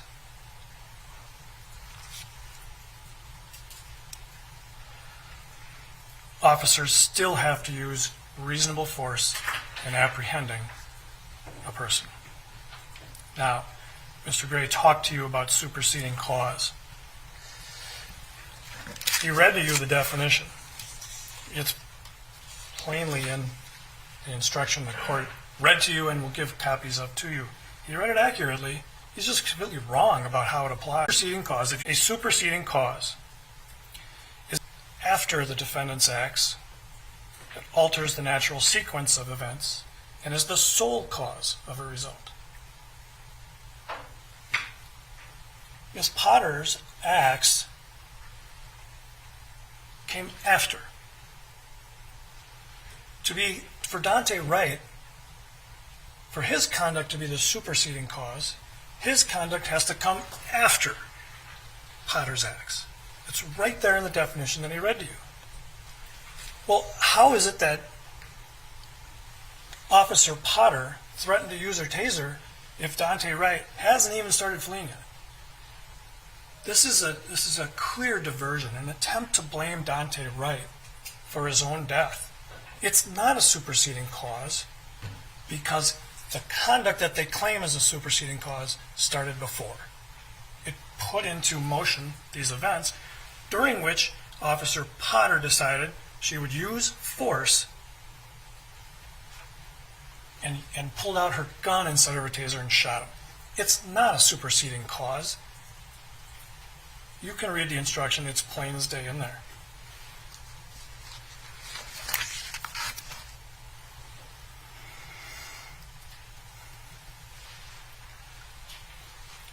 Finally, and I do mean this, I need to address what I contend is a mischaracterization of the law underlying the charges here. This notion of mistake or gun in hand. Dr. Miller got paid a $30,000 flat fee to come in here and tell you what? That people make mistakes. Good for him, I guess. It's not really relevant to the case, right? There's no defensive mistake. It's like a friend of mine says, it's like blaming gravity for falling down a hole, right? Gravity may explain why they went down that hole, but gravity does not explain how they got in the hole in the first place. And gravity doesn't excuse the person's conduct for getting in the hole. If the person gets themselves in the hole. It's not gravity's fault. Right? A mistake is not relevant here. It's not a defense to the charges. The state does not have to prove, moreover, that she knew she had a gun in her hand. If the state was required to prove she had a gun in her hand, that she knew that, we would be talking about an intentional crime. You will see in each instruction the court gives you defining the elements of the charges. That phrase, it is not necessary for the state to prove any intent on the part of the defendant to kill anyone. Right? We don't have to prove that she meant to kill him. This is not an intentional murder.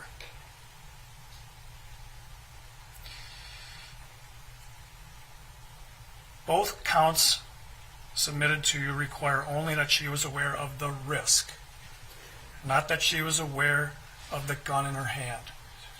Ms. Potter's counsel argued many times that about what conscious means. Conscious and intentional acts. Well, the easiest way to say this is she wasn't sleepwalking. This wasn't a reflexive action. Her conduct, her conscious and intentional conduct, was drawing, shooting. You don't have to prove that she knew there was a gun in her hand. Those are conscious and intentional acts. You see, the difference between murder and manslaughter is the intent to achieve the final result, right? In murder, the actor intends... Judge, I object to this. This is way out of rebuttal. The objection is overruled. In murder, the actor intends the death. In manslaughter, which is based on recklessness, the person does not intend the final result, the death. Rather, their liability, as I said, is based on recklessness. Their conduct creates a risk that they disregard, and somebody dies. It is her conduct that creates the risk. Her conduct created a risk that she would use the wrong weapon,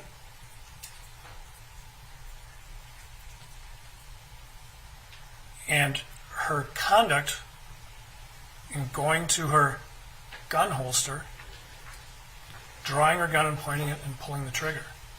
These were the voluntary acts, the conscious, intentional acts that she did that created the risk. And what's the risk? What she's been taught, what every officer knows, a gun can kill. What she's been taught over and over, weapons confusion. What she's been taught that we have the taser over here. We make it look different. We make it feel different. It has lasers and a light. It has a CID screen in the back so you can see it. She's aware of all that, and she did it. She created a risk by deciding to employ force with a weapon. She knew of all those risks of drawing the wrong weapon, and she did it. She killed Dante Wright. Even Mr. Gannon admitted that's not what we expect of police officers. We don't have to prove that she knew she had her gun in her hand. That's not the conduct that creates the risk. Right? It certainly is, I think, reckless to not acknowledge when you're going to use force and you're thinking about it,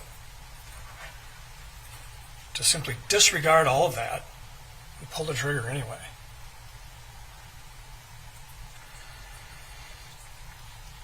She was aware of the danger of drawing a gun instead of a taser. She had been trained to avoid it. Things have been put in place to avoid it. The look, the feel, where to wear it. She still used her right hand to pull her gun instead of her left hand to pull the taser. Did not even look to see if it was her taser, and pulled the trigger a foot or two from Dante Wright's chest, causing his death. She had to know that using her left hand instead of her right hand, or somebody could die, and Dante Wright died. Thank you for your patience. I hope I haven't worn it out. The state respectfully requests that you find guilt on both charges submitted to you. Thank you.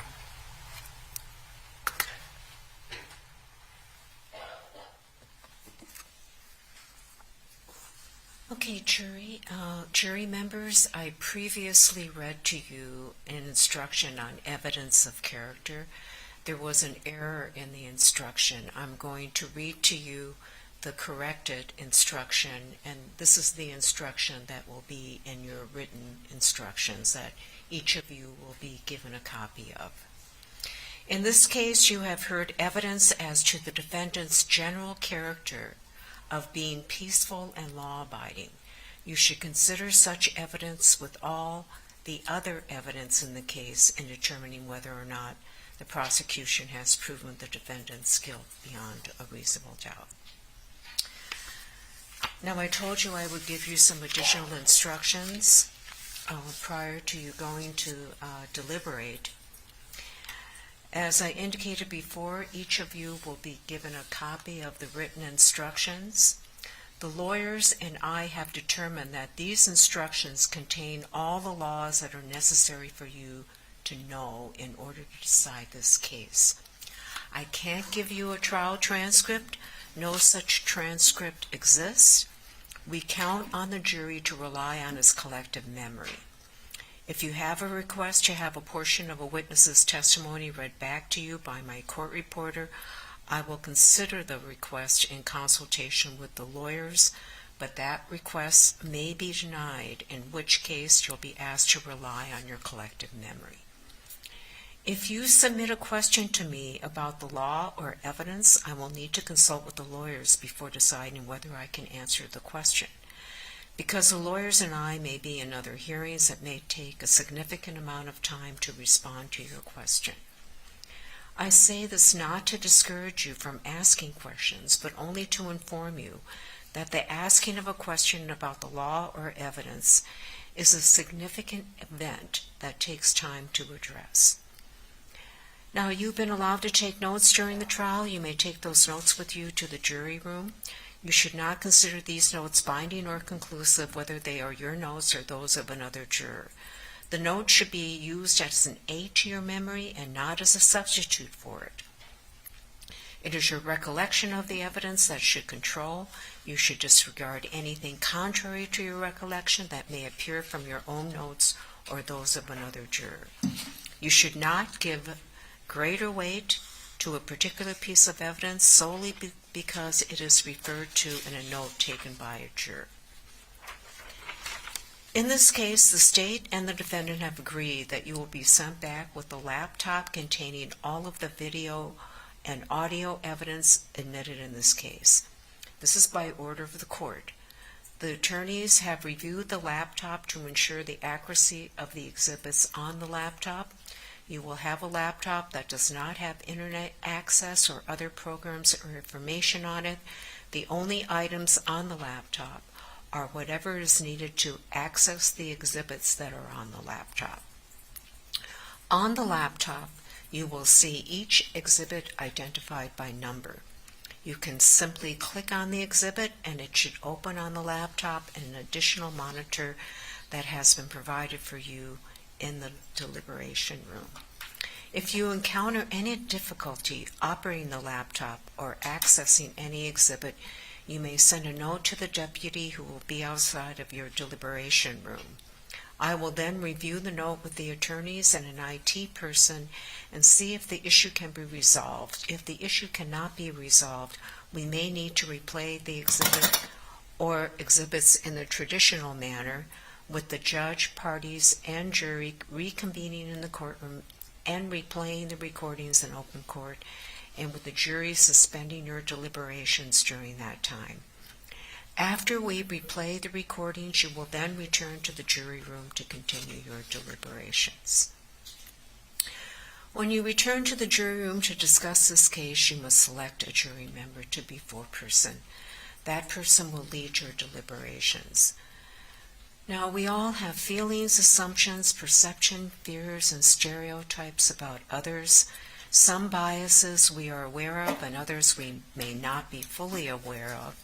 which is why they are called implicit or unconscious biases.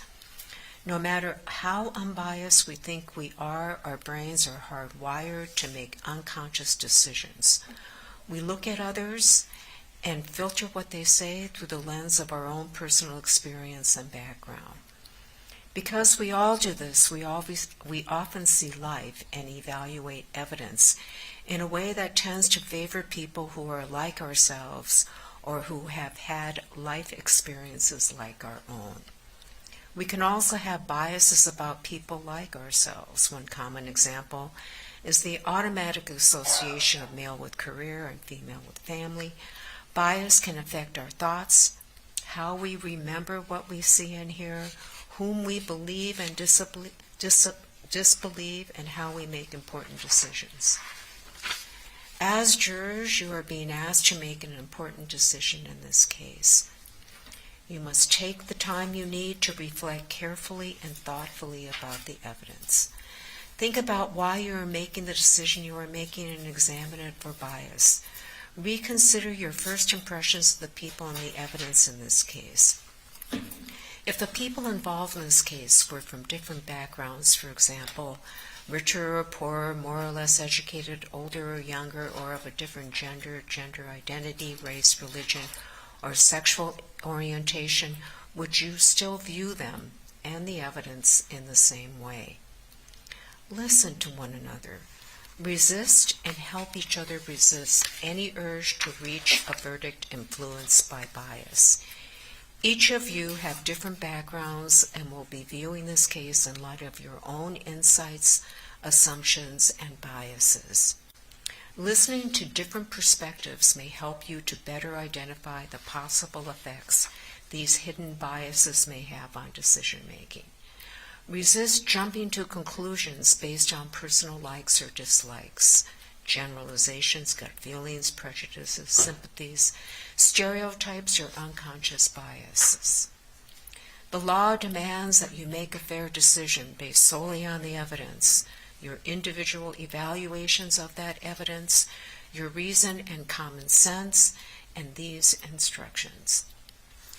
In order for you to return a verdict, whether guilty or not guilty, each juror must agree with the verdict.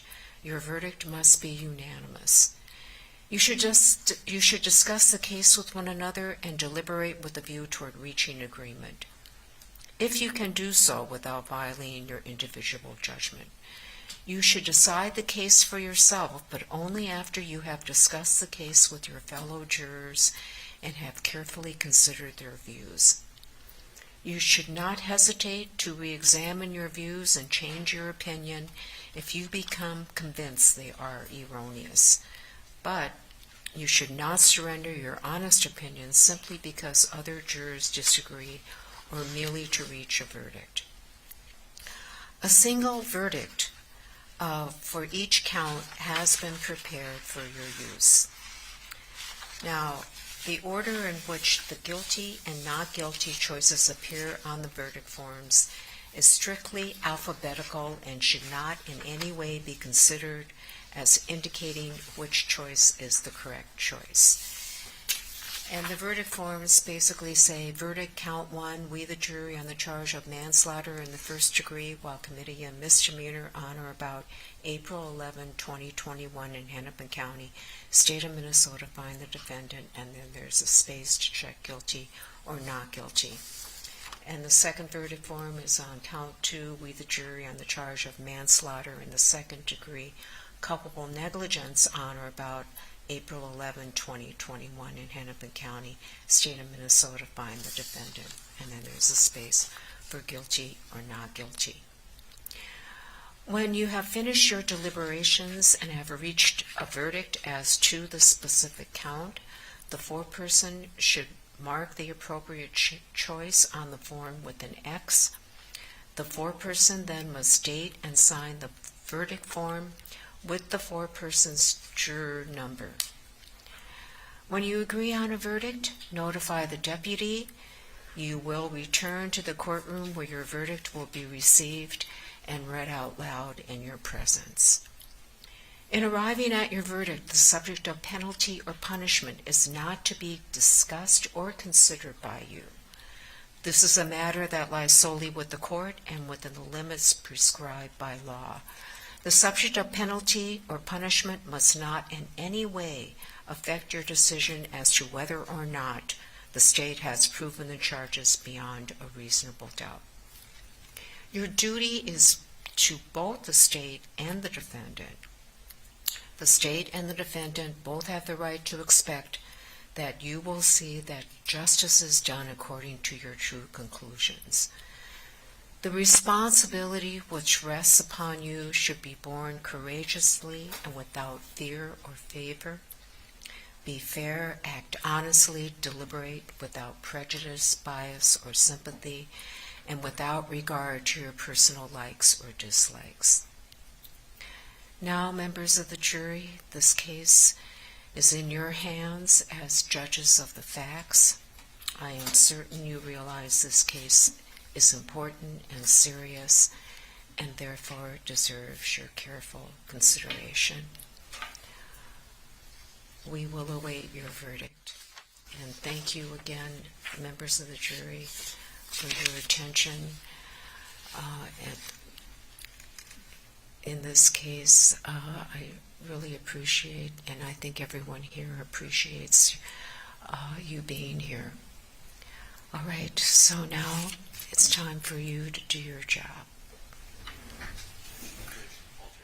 Oh, excuse me. I am so sorry. I have to dismiss the alternates in this case. It's alternate number 58 and 57. And I'm so sorry that you sat through all the evidence and was unable to deliberate with your fellow jurors. My staff would be happy to let you know what the result is if you wish. So thank you very much. You may gather up your things from the jury waiting room, and your service is both appreciated and over. Thank you. Would the deputy please come forward and be sworn by the clerk?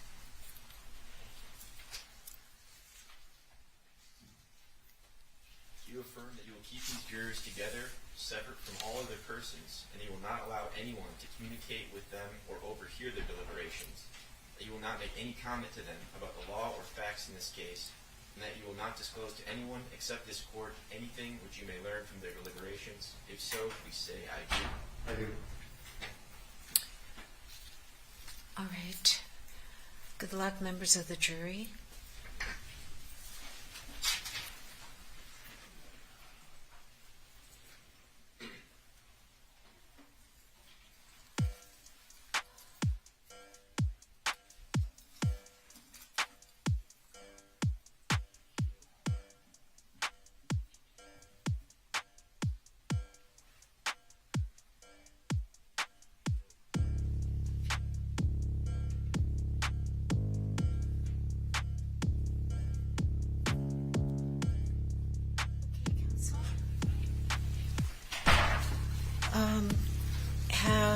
Has defense counsel and the state had a chance to look at the exhibits on the thumb drive? Okay. And is there any objection to the exhibits on the thumb drive? Could I get a response from the state on the record? Your Honor, we have reviewed it and we believe they're all accurate. Okay. And has the defense had an opportunity to take a look at the laptop to ensure that it has nothing on it other than the exhibits and no internet capability? We have not looked at the laptop yet. We reviewed the exhibits. We can look at the laptop right now and make Okay. Why don't you do that? We have something else, though, if I could. Yes. Your Honor, the purpose of a rebuttal is to briefly and concisely address the key points in a defense argument. This particular rebuttal ran 14 minutes, which is almost as long as Mr. Gray argued. It was pre-typed, pre-outlined, with a design to go that long. It was not a rebuttal, it was a final argument. The amount of time that was used to exactly rebut Mr. Gray's argument was about 10 minutes. We repeatedly objected. I appreciate your overruling objection. We take our objection to your overruling, but it's not a rebuttal. This is a sandbag. He sandbagged us by preparing another final argument, which was unfair. So they've got an hour and 40 minutes of final arguments. And then we also object to the idea that we've advanced that in his dismissal of it, that because she didn't know that she had a gun, she couldn't have been aware that she didn't have a gun. That was Mr. Gray's central argument, and he's saying that is, invalid argument, but the court has permitted specifically that argument to be made. So he's rejecting a defense argument that the court is aware of or was aware of and permitted. And that's not rebuttal either. So we move for a mistrial. Okay. Judge, could I be Mr. Frank. Could I supplement that? State the angle requires that you know it's a gun. It's not should have known a gun or a risk. Straight out it says that. In his final argument, or excuse me, his rebuttal final argument, he said you didn't have to know it was a gun. That's one thing that's wrong. The other thing is that he says that the superseding cause is in the middle of some person's negligence. Well, that's not accurate either. A superseding cause, our client was using an authorized use of force, and the superseding cause, while she was doing it, which they claim was illegal, that she was illegally using a taser or a gun, and that superseding cause came while she was doing that, and they say, no, that's not the law. Well, it is the law. And that's another reason for a mistrial. Clearly, they said that you have this superseding causes in the middle of our client's, I don't know what, risk, whatever it was, but that's not the case. Thank you. Did you want to respond, Mr. Frank? Sure, Your Honor, I do. First of all, I guess didn't know I would be criticized for being prepared. I think the arguments were easily foreseeable, and I did, in fact, rebut Mr. Gray's arguments. If you recall him telling the jury, here are the bases upon which I think you can quit him. Didn't cause, right, so I addressed causation. She had a right to use deadly force, so I addressed her right to use deadly force. The statutes, conscious, has to be aware of it, so I addressed that. And I think the other thing is mistake, and I addressed that. My entire rebuttal argument was made in response to the very points that Mr. Gray made in his defense argument. There is no rule that I'm aware of that says if he says A, all I can say is not A. I am allowed to couch my argument in advocacy. And I don't have to just simply say, no, he was wrong. And that's what I did here. And I'm sorry if they found that more than they wanted to hear. But, Your Honor, as to the superseding cause, I can't help it that they chose to seize on that as something to try and convince the jury exists and it doesn't. I'm allowed to say they're simply wrong about that.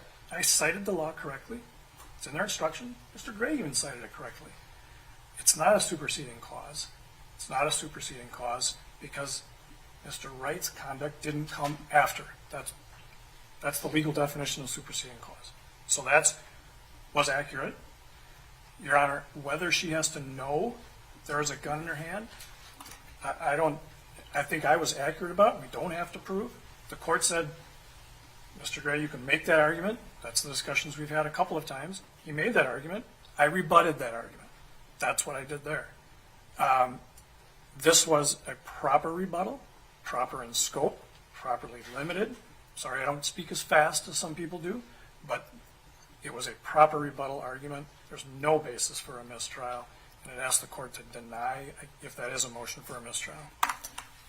The motion for a mistrial is denied. The state was entitled to argue reasonable inferences arising out of the defense's arguments, and also the definition of superseding causes in the instruction, and the state obviously was entitled to argue that as well. Okay, is there anything else we need to put on the record? Not from the state, Your Honor. Okay, why don't you look at the computer, the laptop right now so that I can put on the record that you've had a chance to review it.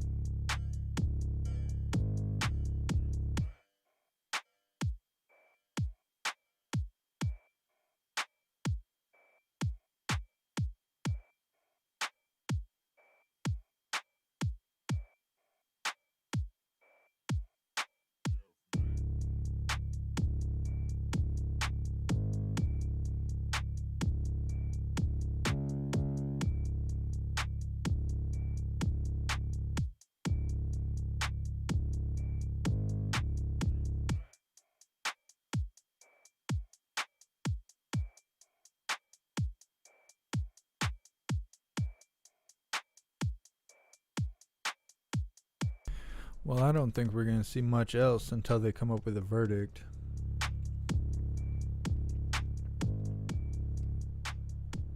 Panic attack. I was thinking the same thing. The judge is over it. She just wants this to be wrapped up. She's not dealing with no mistrials. She's not dealing with any objections. She just wants them to come up with a verdict and get this wrapped up. Yeah, I don't think that we're going to see much else until they come up with a verdict. So what we're going to do is we're going to get ready for the Pledge of Allegiance. If you're new here, please subscribe or follow on whichever platform you're currently watching right now in order to be connected to my live, help my channel grow, and potentially bring in new viewers to see what's happening around us. Vince had a chance to look at the playback equipment. Yes, we have reviewed the computer. We're satisfied. Okay.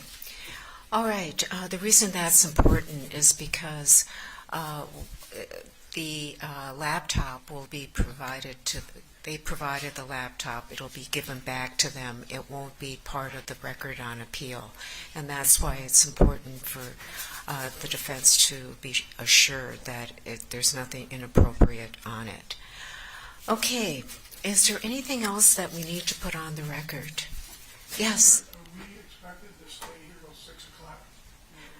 I am going to let the jury deliberate until 6. Okay, so that means we have to be in the room. Yes. Okay, anything else? All right, counsel, thank you.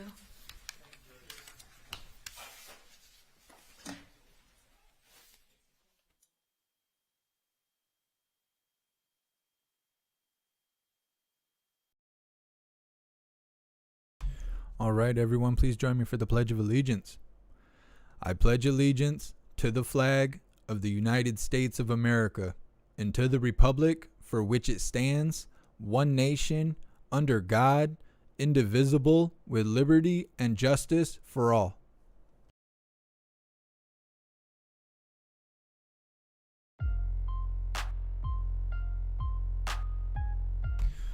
All right, everyone. Well, that pretty much wraps it up for the day, at least for what's on the schedule. I checked the White House schedule. Jen Balsecki was supposed to speak at 1 o'clock, which was 57 minutes ago.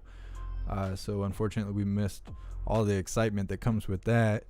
and that was all the White House had scheduled. So right now we're just basically on call for the verdict, and then we'll be keeping our eyes out for any protesting. With it being Monday, not sure, but the weather is kind of on the warmer side for this, season we're in. And with the verdict coming up, there could be protesting. So I'll be keeping my eyes out for that. Thank you guys so much for being here. Big shout out to everyone that made donations, joined the membership program, or purchased any merch. I really appreciate you guys, and I wouldn't be able to do this without you. So thank you so much for being here. I appreciate you guys jumping through the hoops with the stupid buffering going on. I think the buffering has to do with YouTube running updates on their platform. It seems like the buffering is connected to advertisements. I've seen a couple hooligans saying that every time they reset the buffer, like they reset the page because of buffering, they're getting hit with ads. I've seen it run in the live. I've had the live, like what we're watching, buffer, and whenever I refresh it, it seems to be directly connected to ads. Also, I'm running 4 other platforms at the same exact time that just don't seem to be having buffering issues, as well as the output on my computer is telling me that I far exceed the requirements for live streaming. So I know a lot of people are like, oh, get better internet. Oh, you just supposedly built a new computer. Why are you having these issues? It's because YouTube sucks. If we could all get off YouTube, we wouldn't have these problems. But just wanted to let you guys know what it looks like on my end.